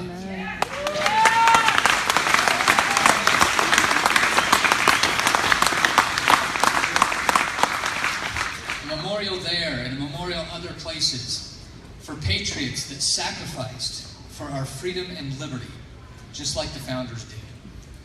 Now, so let's go into the founders and let's really look at what they discovered, learned, and instituted, and why, right down to these fundamentals. So of course you're familiar with Declaration of Independence, I would hope. When in the course of human events it becomes necessary for one people to dissolve the political bands which connect them to another, and to assume among the powers of the earth the separate and equal station to which the laws of nature and in nature's God entitled them. Don't you love that phrase, laws of nature and nature's God? I love how Jefferson does this, because it doesn't matter whether you believe in God or don't believe in God.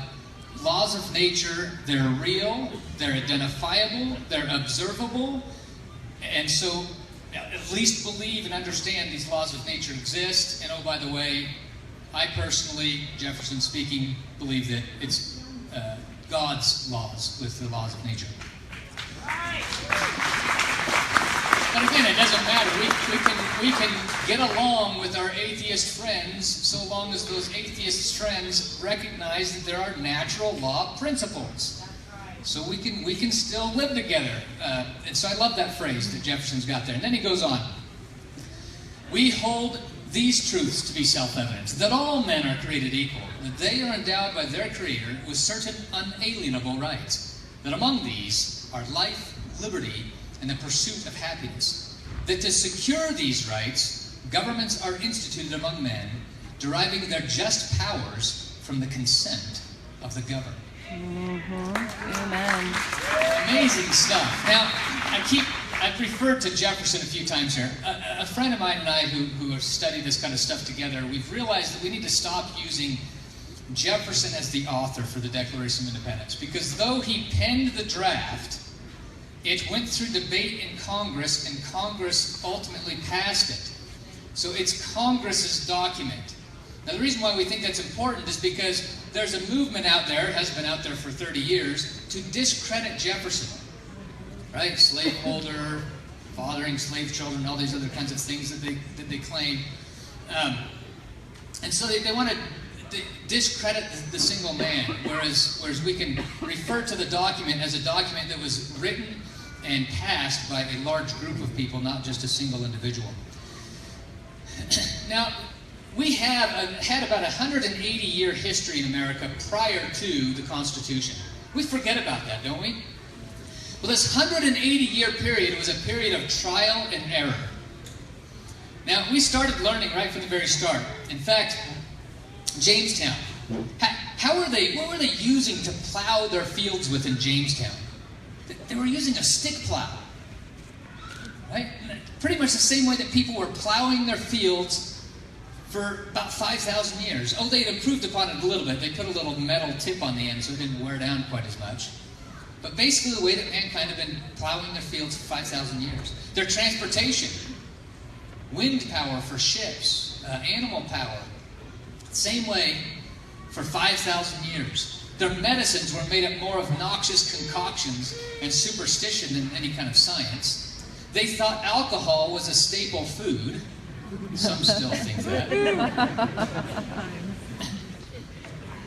But what happened once we wrote that Declaration of Independence and wrote the Constitution and implemented the Constitution? We went from ox cart to space travel in less than 200 years. We went further in 200 years than mankind had gone in the 5,000 years previous. You can even say that we've made a 5,000-year leap. Many of you are probably familiar with that book, The 5,000-Year Leap, right? I'm going to bring up some organizations and some materials and books and things periodically as I speak with you, as places that you can go to learn some of these fundamental principles, because it's critical that we learn them. Folks, we need to understand something. It is not natural, it is not instinctive for us to live together in a peaceful way. Okay? It requires, as Thomas Jefferson said, it requires habit and long training to be able to live together. And so it's important that we teach ourselves these fundamental principles, and we read and reread materials that would teach us this. So let's get into some of these principles that were outlined in the Declaration of Independence drafted by Jefferson. First of all, there are certain self-evident truths. He said that when he was writing the document, he wanted to present truths that ascended, that commanded assent, he said. So these are truths that are so correct that they don't need anything backing them up. They command assent. They rise up on their own. And that's exactly what he was looking for. A couple of these truths are that there are natural law principles, and that those are fundamental truths. He also said that we are created equal. Now this is interesting. If you kind of look around the room, you'll discover very quickly that we don't seem very equal, do we? We come in all different shapes and sizes, and we have different talents and abilities, and our outcome is very different, income levels and things like that. So how are we the same or equal? We're only equal in two ways. Three, actually. We're equal in the sight of God, but we can't change or alter that. So I'm just going to focus on two ways. We're equal, first of all, in our rights, and we're equal under the law. Right? Natural law treats us all equally. Gravity treats us all the exact same, right? Now, if we recognize that and we establish a form of government in which we want everybody's rights to be protected equally, then we can live in a pretty cool society. So here's two individuals. One has $20, the other one has $10, and we recognize property rights, and so we treat them equally, and so we protect that property. That's how things went for our country for quite some time. And then we start talking about how, oh, this is getting old-fashioned, this business. This is so unfair that somebody has $20 and another person has $10. We are civilized enough that we can understand how to equalize everybody. So right now, we protect those rights, and we decide that we want to change this. We want to equalize everybody, so we're all equal in things, not just equal in our rights. So the $20 individual gives $5, forced to give $5 to the $10 individual through law, and now they're equal in things. Isn't this fantastic? Well, the problem with that is that this individual is no longer protected. In fact, in trying to make us equal in things, which nature clearly has not made us equal in things, right? But when we try to go against nature and make us equal in things, it automatically makes us unequal in the ways that nature did intend us to be equal. So for example, we are now unequal in the protection under the law. We are unequal now in our rights, because that gentleman there is unprotected, and he has lost rights. The other individual has gained things. Now the green individual there, has he lost his rights? Because now they He can take it has. from him He too. might not think he has because he gained things. But what happens if this law is still on the books that says we need to all have the same things? What happens if that law is still on the books and a third gentleman appears? Mm-hmm. All of a sudden, we've got to continue to redistribute. So he lost his rights. When did he lose his rights? The first time he took He lost somebody his else's. rights the moment he let that law be passed and let that money be transferred to him. Gavin keeps saying. Folks, this is such an important principle in America because so often we look at our neighbors getting gored by laws and we think, you know, that's not affecting us, no big deal. In fact, that's my competition, so this is awesome because now I have an advantage over him. But in allowing a law that takes away our neighbor's rights, we are now we're consenting to allow our rights to be lost. So an important principle. In fact, this idea, this concept makes me realize why the good book tells us that we should lose ourselves in the service of others if we want to find ourselves. Mm-hmm. Because if we lose ourselves in the protection of the rights of our neighbors, in the end, we will actually find our own rights protected. If you just stay real selfish and protect your own rights, and you don't care about anybody else's, that's one person protecting your rights. If you focus on protecting all of your neighbors' rights, and they focus on protecting their neighbors' rights, we now have 315 million people protecting your rights. Mm-hmm. So, very important we recognize that we need to protect the rights of our neighbors. So then Jefferson talked about unalienable rights. And he talked about how we have certain unalienable rights, and he narrows them down, of course, to life, liberty, and property. But here's an unalienable right. Do we have the unalienable right to move from point A to point B? Do we have that unalienable right? Sure we do. How do we know? Because God gave us legs. We can do it. But do we have the right to take any path that we want from point A to point B? We do not. Because we may run into somebody else and infringe upon their rights. We might have to cross their property, whatever. There are certain rights that take precedence over others, and property rights takes precedence over the right to move. So we don't have the right. Now, it wouldn't make any sense at all for us in society to sit there and negotiate all of our own paths to work and to the store and to school and all that kind of stuff, because our roads would look just crazy like this. This is how the roads back east look. Of course, out west, we started getting smart. We got these nice grids and things. So what we do, instead of negotiating paths, our own paths with our neighbors, we get together and we buy up some property. And we pave that property and put some lines on it. And we say anybody can jump on this road as long as they take a little test and get a driver's license. So that we all know that we understand the laws of the road. Now, once you get on that road, can you go just as fast and furious as you want to with your rights? You can. Until what? Come to an intersection. Now, what we want to do is we want to avoid an accident. Okay? And so government is formed specifically to govern the intersection of rights, because that's what we do. In order to keep an accident from happening, we put up a stop sign or lights or whatever. We govern it. So government's purpose is to govern the intersection of rights. Now, once you get to that intersection, you might have to yield your rights from time to time. But do you ever lose them? No. You yield so that somebody else can go by with their rights. Then once they go by, you can now continue on with your rights. Okay? Simply to govern the intersection of rights so that we don't get in an accident and start getting in trouble. Now let's see just how far we can go with government and what we can kind of delegate. Do you have the right to sit at your doorstep with a garden hose just in case your home starts on fire, you can put it out? Mm-hmm. Absolutely, you've got that right. Definitely. Do you have the right to sit at your doorstep with a gun in your other hand just in case somebody comes in to rob or assault you, you can protect yourselves? Yep. Absolutely, you have that right. Do you want to do this 24 hours a day, 7 days a week? No. Not necessarily.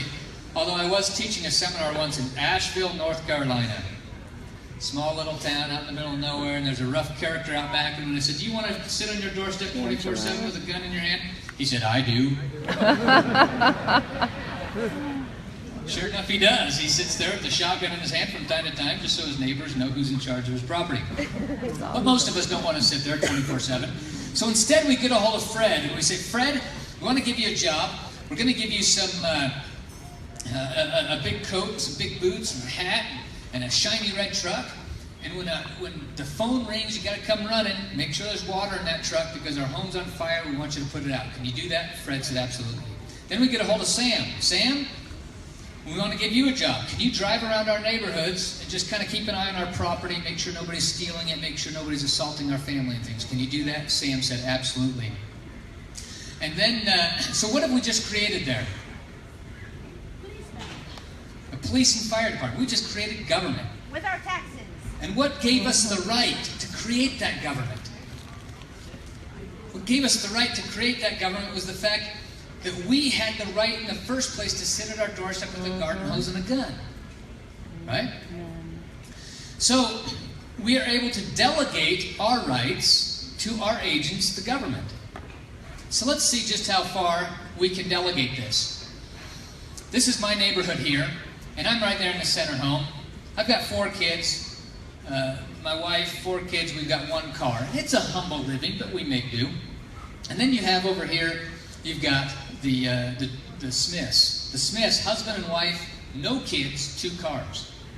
Then you've got the Joneses. Husband and wife, 6 kids, no car. That's a pretty rough life. That's pretty tough for them to figure out how to get the kids to school, get to work, things like that. Now, I'm a kind, compassionate, merciful individual, so I decide that I want to help out the Joneses. And so I get a hold of the Joneses and say, "Hey," or I go over to Mr. Smith rather, and I say, "Hey, Mr. Smith, I got this idea. Why don't you give one of your cars to the Joneses?" He said, "Well, that's an idea, all right." And I said, "Well, it's more than an idea. I insist."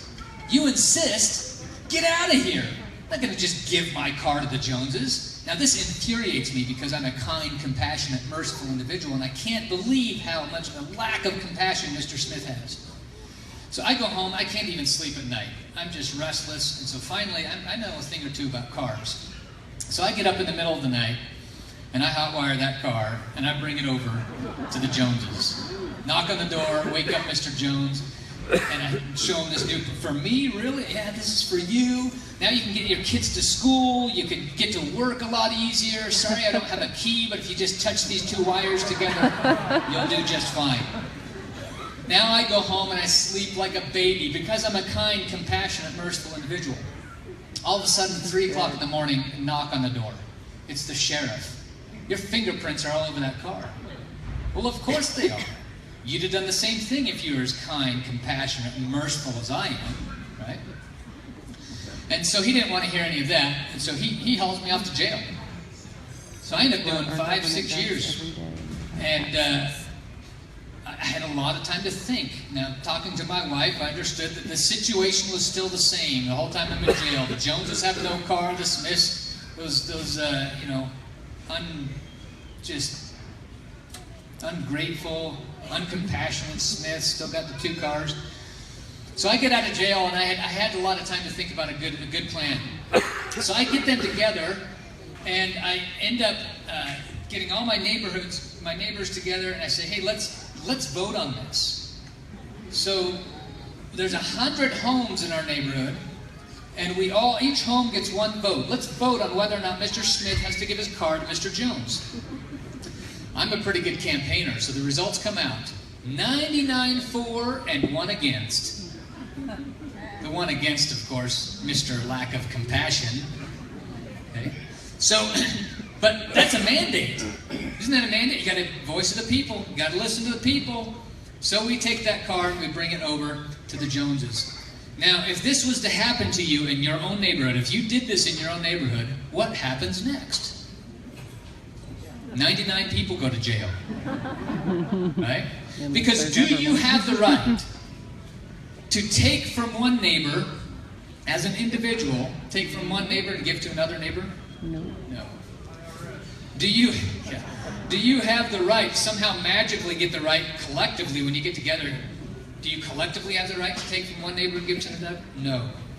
If we're to operate under the premise that the United States is based on laws delegated by the people, then we cannot delegate rights or authority that we ourselves do not have. If we do not have the ability to take from a neighbor and give to another neighbor, we cannot delegate that authority to our agents, the government. We can only delegate that which we can do. So, of course, this is unjust. Now, the problem is we do it all the time, don't we? And folks, all of us are guilty of it sometime, somewhere. We support some kind of law that we really don't have the authority to tell our neighbor that they can and can't do whatever it is that we're making against the law. And so that's what ends up happening. We go to Congress or state legislatures or whatever, and we haven't passed the law. What's worse, we then take our agents, the government, the ones that are supposed to be protecting our rights, and we give them the charge of abusing those rights. And it's completely immoral, and it's absolutely unjust. So we've got to understand this concept of the delegation of rights. We can only delegate that which we have the right ourselves to do. Now, what's the only way that we can justly get that vehicle from Mr. Smith over to Mr. Jones?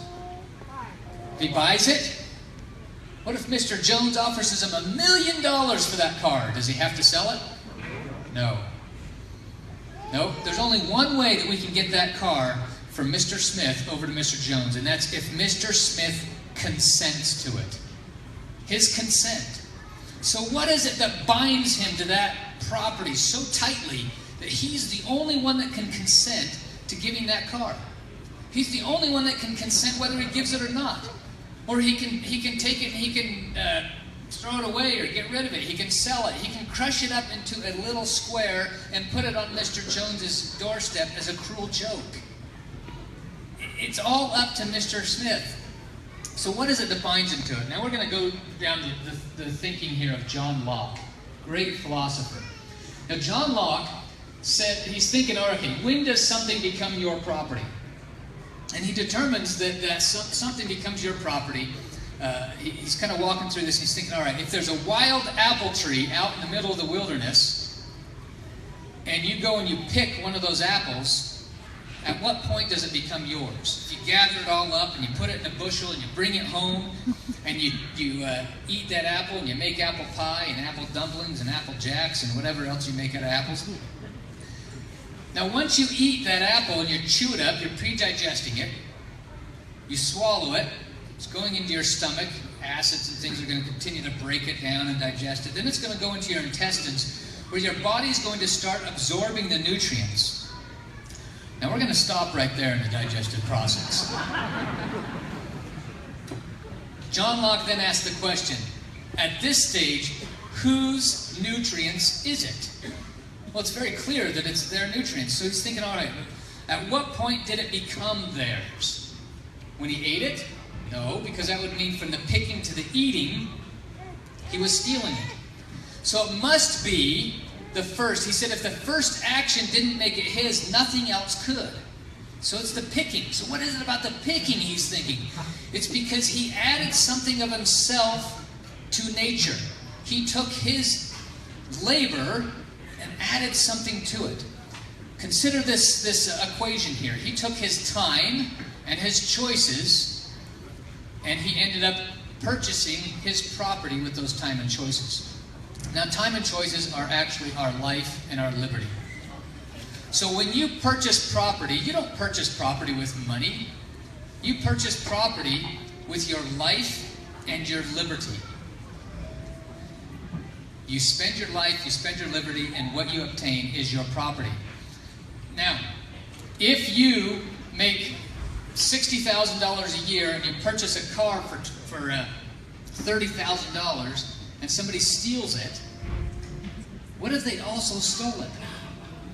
Remember your algebra teachers taught you that if you take from one side of the equal sign, you have to take from the other side as well? So if you get that property stolen, they have not just stolen a material possession. They have stolen part of your life in liberty. In this case, 6 months of your life and the liberty that you used to obtain that car. They've taken it. You never get that car back. You will never get that life and liberty back. Life and liberty is inseparably connected to your property and vice versa. This is why property is bound to you so tightly. Now, any idea what the value of life is? You know, you got all these politicians and things, and they're spending all kinds of tax dollars and all that. The value of life, I can put a price on life. Everybody says, oh, there's, you know, not a price on life. I can put an exact price on life. It's $1.2 million. You're thinking, where in the world? I don't see a price tag.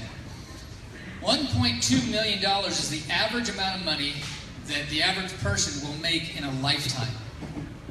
So for every $1.2 million that government spends tax dollars, they are spending a life. Because it takes a life to generate that $1.2 million. So life plus liberty equals property.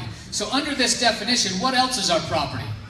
Of course, our car and our home and those things, and our clothing. What about our education? Is that our property? We spend life and liberty for that? What about our relationships? Yeah, those of us that are married know we spend an awful lot of our life and liberty on that relationship, right? Now, men, I didn't just say women are your property. The relationship is your property, right? Sacrificing. And whenever relationships fails because one or both individuals are no longer willing to sacrifice their life and liberty for the other individual, right? What about your the good things that you do in your community and your good deeds? Sure, you're spending life and liberty on that. That is your property. What about the bad things you do? You've heard the phrase, owning your sins. You better believe it, you bought them. You spent your life and liberty on those sins. Now, I believe sin is something that you are wasting. See, God doesn't like waste. So when you purchase things with your life and liberty that have no value or negative value, you have just wasted your life and liberty. In fact, you can determine exactly the value that you place on your life and liberty by the property that you are purchasing with your life and liberty. And you wished I didn't just say that, right? Because now you're reflecting upon some of the stupid things you did in your teenage years. And boy, I didn't have much of an opinion of my life and liberty at the time. But you can totally determine how the value you place. Now, when we purchase something of no value, idleness, things like that, or negative value would mean that you're not only using up your life and liberty, but you're also using somebody else's life and liberty to purchase what you want. Stealing, theft, fraud, all those kind of things. Now, if what you do wrong is your life and is your property, then what about asking for forgiveness and using your life and liberty to try to make amends? Forgiveness, repentance, is that your property? Salvation, is that your property?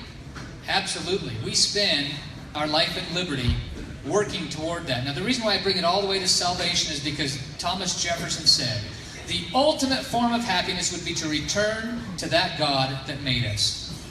Life plus liberty equals the pursuit of happiness, the pursuit of things of real value, not things to put a smile on your face, property of real value.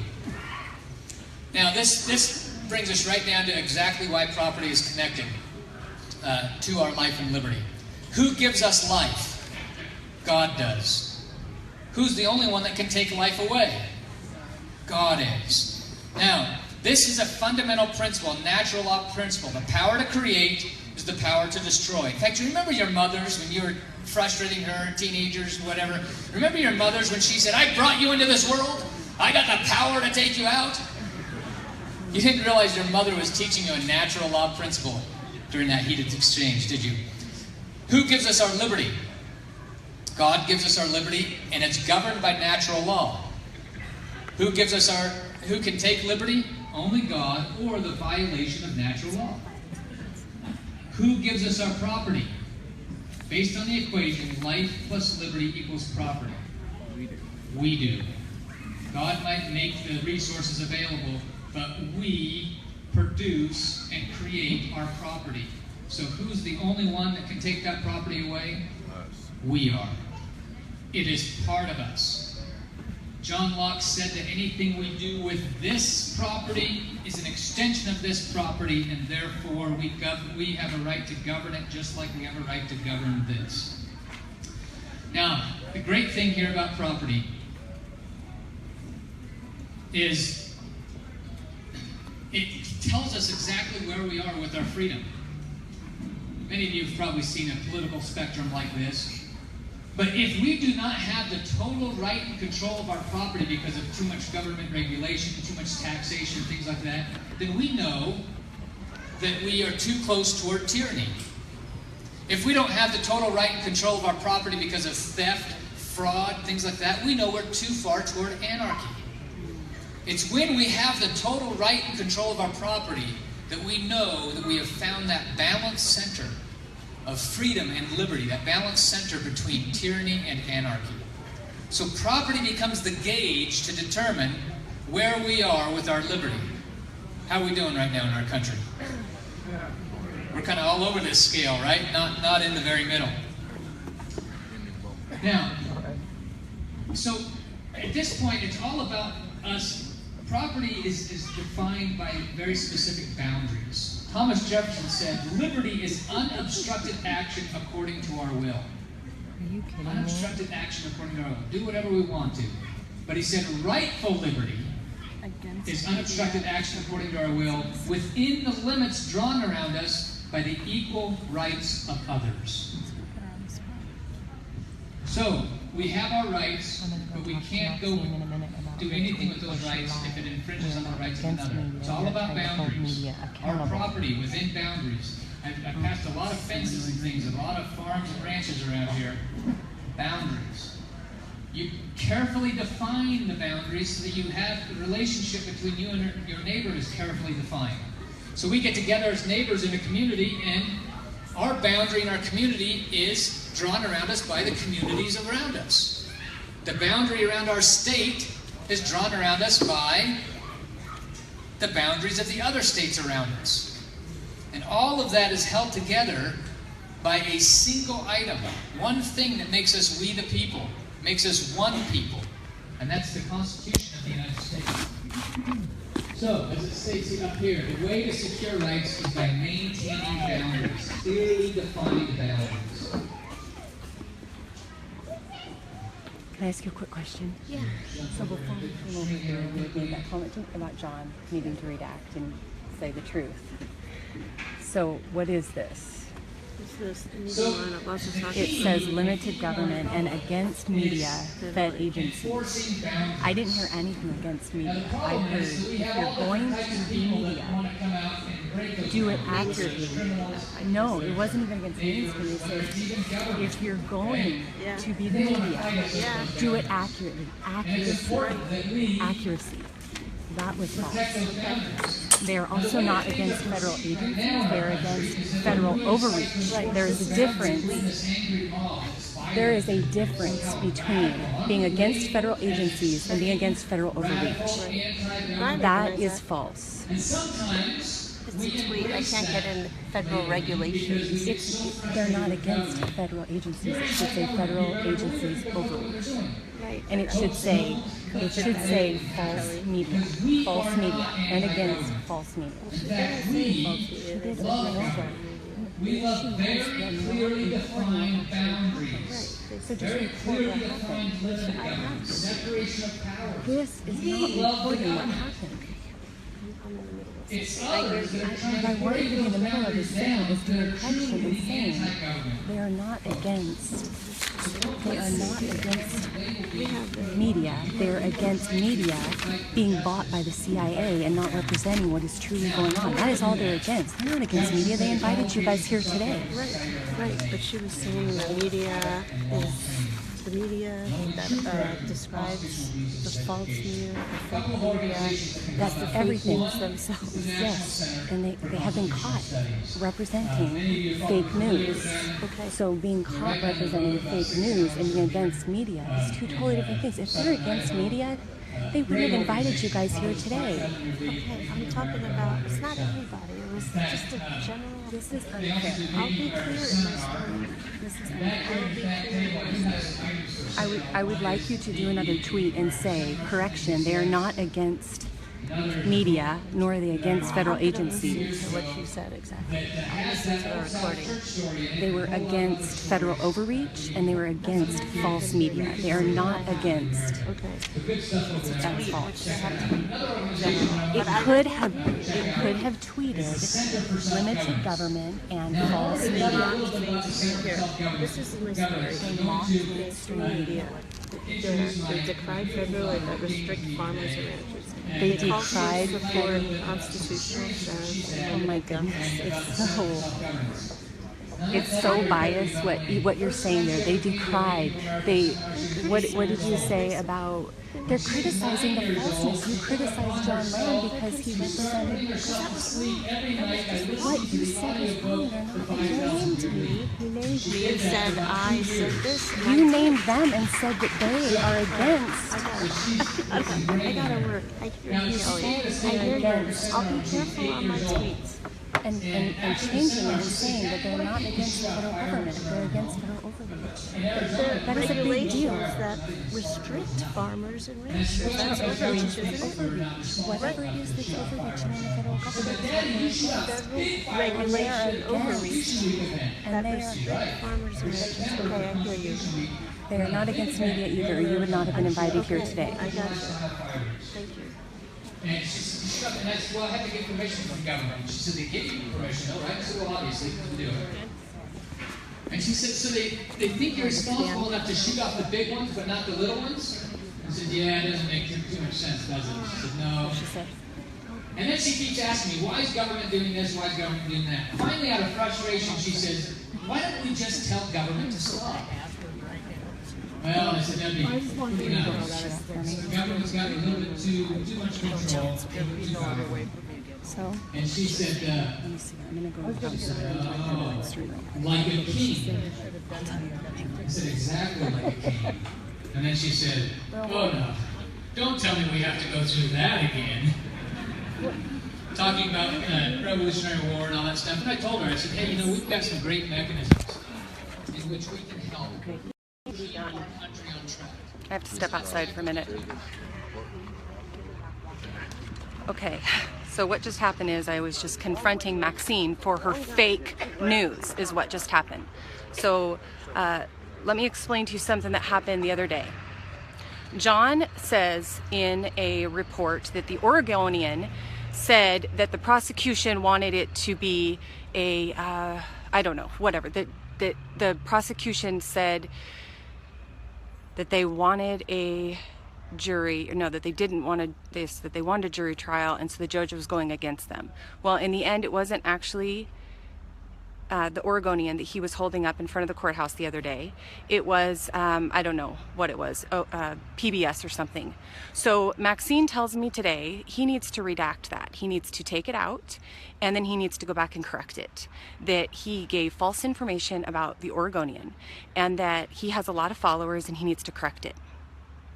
And I said, the same weight falls on you, Maxine, to report the truth. And she said, I do report the truth. So as we're sitting there in the same meeting as her, somebody hands me what she just tweeted. What did she just tweet? Let's see. The meeting lineup, lots of talk in support of constitutional sheriffs, limited government, and against media and federal agencies. Against media. Did you guys hear them speaking against the media? They are not against the media. If they're against the media, they wouldn't have invited the media to this meeting. Nor are they against federal agencies. They're against federal overreach. So I went to her to see if she would correct that. And as you guys heard for yourselves, she defended her actions. She, in a moment, a few different times, said, okay, I hear you. They're not against the media. They're not against the media. They're against the media lying and being bought out by the CIA. That's what they're against. So today we just got to witness full circle of Maxine calling out John, telling him to report the truth, even though John actually made an error and said that he would take it back and state that it wasn't the Oregonian who said that, it was OPB. But yet here in this meeting, she goes on there to say that this meeting is about people being, and in her report she says, here, we hold this, I'm freezing, I'm shaking. She showed me part of what she's writing right now for the Oregonian, and what she is writing, she is saying that in the meeting they are against media, that they mocked the media. Really? That's what you got out of it? How about they called the media out for their bullshit? Is that so difficult to type instead of that they mocked the media? Quit painting yourself as the victim. Media, if you're fake news, you're not the victim, you're the aggressor, and you were called out in this meeting as the aggressor. So don't now whine about it, saying how they mocked you. Correct your actions and quit being fake news. Okay, I'm going back in. Sorry, I just felt that. I told her she needs to correct the tweet. She says there's only so much room. I said, why did you say they're against media? They're not against media. If they were, they wouldn't have invited you here today. They're against you guys lying and being bought out, owned by 5 different groups in the entire United States. Everything you read is dictated. Okay, Kelly, okay, I have to get back to writing my story. Then write it correctly. What the hell is that other lady's name? Call out the media. If she wants to write it accurately, she needs to say, guys, they called out the media for their lies. They pointed out that Ammon Bundy and Ryan Bundy were not a part of the militia. They pointed out that it wasn't a standoff, because in order to have a standoff, you have to have 2. That's what she did in there. She didn't just mock the media. She mocked them because of their bad behavior. Oh. Sorry, I am shaking. It is freezing. Neil. All bundled up. I was running the courthouse.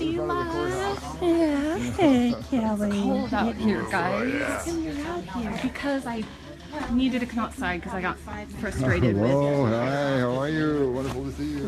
Oh my word, it's cold. I'm trying to get frustrated with Maxine and something she was tweeting and being dishonest with us all sitting right there. She just never quits. Sorry, total hypocrisy. Thank you. I'm glad you showed that to me. That means I could be upset. I devised a plan to get my colony and other colonies to declare our independence and sign an agreement. One thing that really surprised me was who agreed to this. Soft-spoken people who I would have never imagined would disobey the class rules were so willing to help.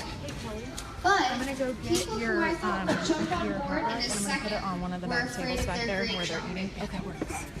Thank you. I started to get many people on board, but I did not have enough support from the whole class. So I asked Andrew, one of my classmates, to help me. Andrew got a lot more colonies to declare their independence. I sent an email to Mrs. Denton stating that I had been chosen as an ambassador to keep peaceful relations between our new country and Her Majesty's kingdom. I sent this email as if no political union had ever existed between us, and we had always been our own country. I addressed her as Your Majesty in respect for her position, but not as one of her subjects. I sent her the following. Some of the colonies had formed an alliance, and from here on out, we would like to be known as the Congress. I have been appointed as the first ambassador to build a friendly relationship with Her Majesty's government and Congress. Sincerely, Ambassador Lane. She responded saying that she'd be happy to talk to us about independence and was fully supportive of our decision to self-govern. The next class period, she said that we could be free if we wrote and unanimously signed a declaration declaring our independence and complete an in-class assignment. The next class period, we had to choose a chairman for our convention. Both Andrew and I were nominated. Andrew won, which I was fine with because I felt like we had built a respectful relationship and he would listen to my ideas.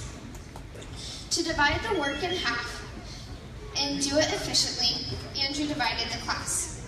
Half worked on the declaration and half worked on the class assignment. He purposely assigned me to the class assignment and himself to the declaration. Trusting in his judgment, I helped with the class assignment. My group finished early, and I started listening and watching what was happening. Andrew started to become what he hated most, a tyrant. He shut down people's eat thoughts, and then come told them back. they were stupid, and made people conform to his ideas. I then realized he had me work on the in-class assignment because he did not want the competition. He wanted it done his way. After 2 class periods, we got the declaration signed, and we were now a free country. As a new country, we needed to establish a constitution. A chairman of the class constitutional convention needed to be chosen. Both Andrew and I were nominated once again, and I ended up winning by a majority. As the new class president, I knew exactly how I wanted to lead the class. As we started to have discussions, I noticed that the class was getting really crazy and talkative. Then I realized why. Just like the founding fathers did when writing the Articles of Confederation, I was leaning too far towards anarchy. When coming out of an oppressive circumstance and fear to keep freedom alive, it is natural to fall towards the opposite extreme. Another thing that I noticed about myself was that I was looking for special privileges and wanted everyone to acknowledge that I was their leader. I could feel the tug of wanting more and more control. After ratifying the class constitution, John, a close friend of Andrew, was elected as the class president. I was disappointed that I was not elected and felt entitled to the presidency. There went that tug toward control again. We went about 2 months being governed by this constitution. As we were approaching our class final, Andrew proposed a law to Congress that made John the king of our history class. The law passed, and now my class is back to where it started, with the monarch. I was really intrigued that history class from the monarchy to the republic, back to monarchy. I observed the human nature. Something in my eye. Sorry. For example, John, who wanted to separate from the monarch only to become a dictator himself. And I even felt the same natural tendency within myself. So how do we overcome this human nature? Thomas Jefferson said, the qualifications for self-government are not innate. They are the result of habit and long training. Jefferson himself needed practice keeping the republic, and so do we. Just like John, Andrew, and I felt the tug of wanting more control, human instincts interfere with our desire to be a republic. Thus we fall back into the natural tendency of democracy or monarchy. In only 3 years, I can go to college and live on my own. I want to inherit a republic for myself, my children, and my grandchildren. This is a republic if you can keep it through habit and long training. I would love to take credit for my observations on human nature during our class simulation.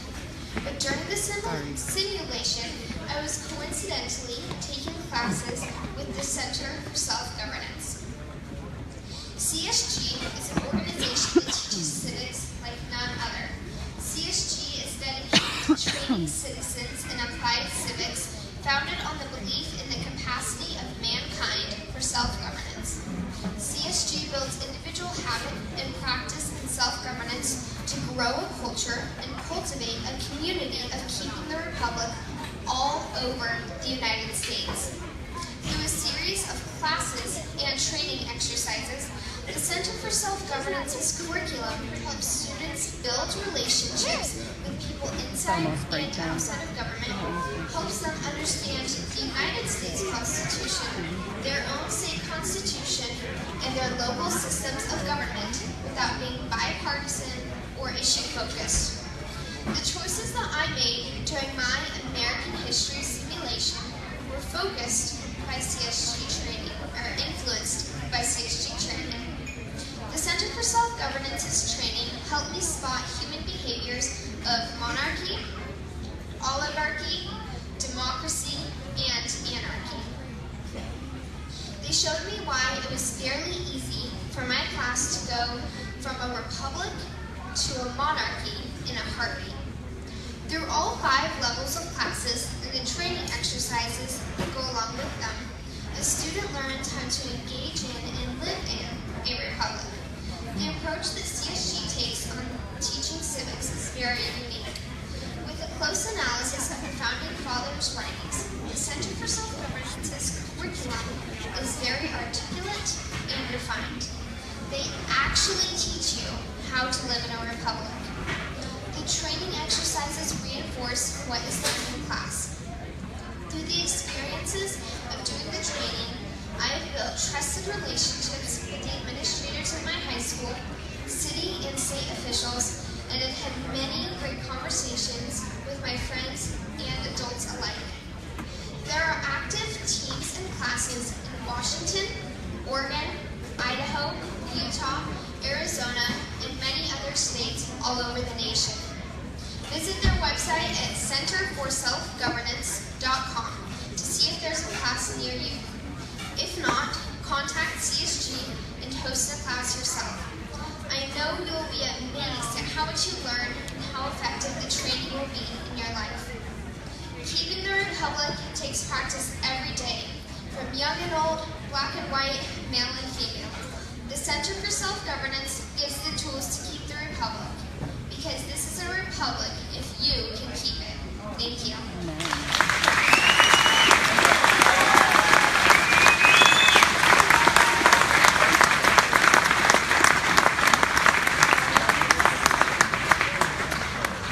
Can you imagine all the fun, great discussions I have with this young lady?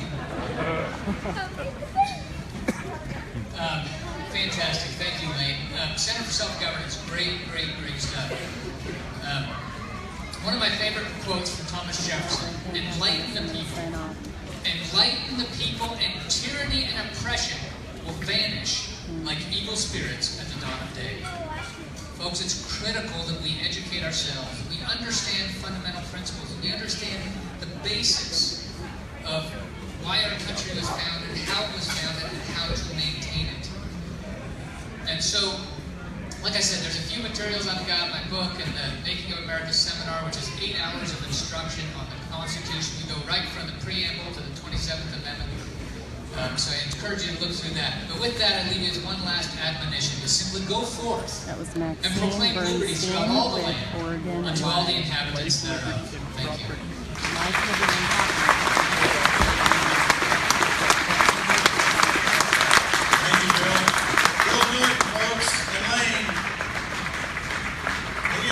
All of those high school teachers all across the country with your kids in there going to be pulling their hair out and saying, "What's wrong with these kids?" Okay, so it's break time, guys. I'm going to sign off.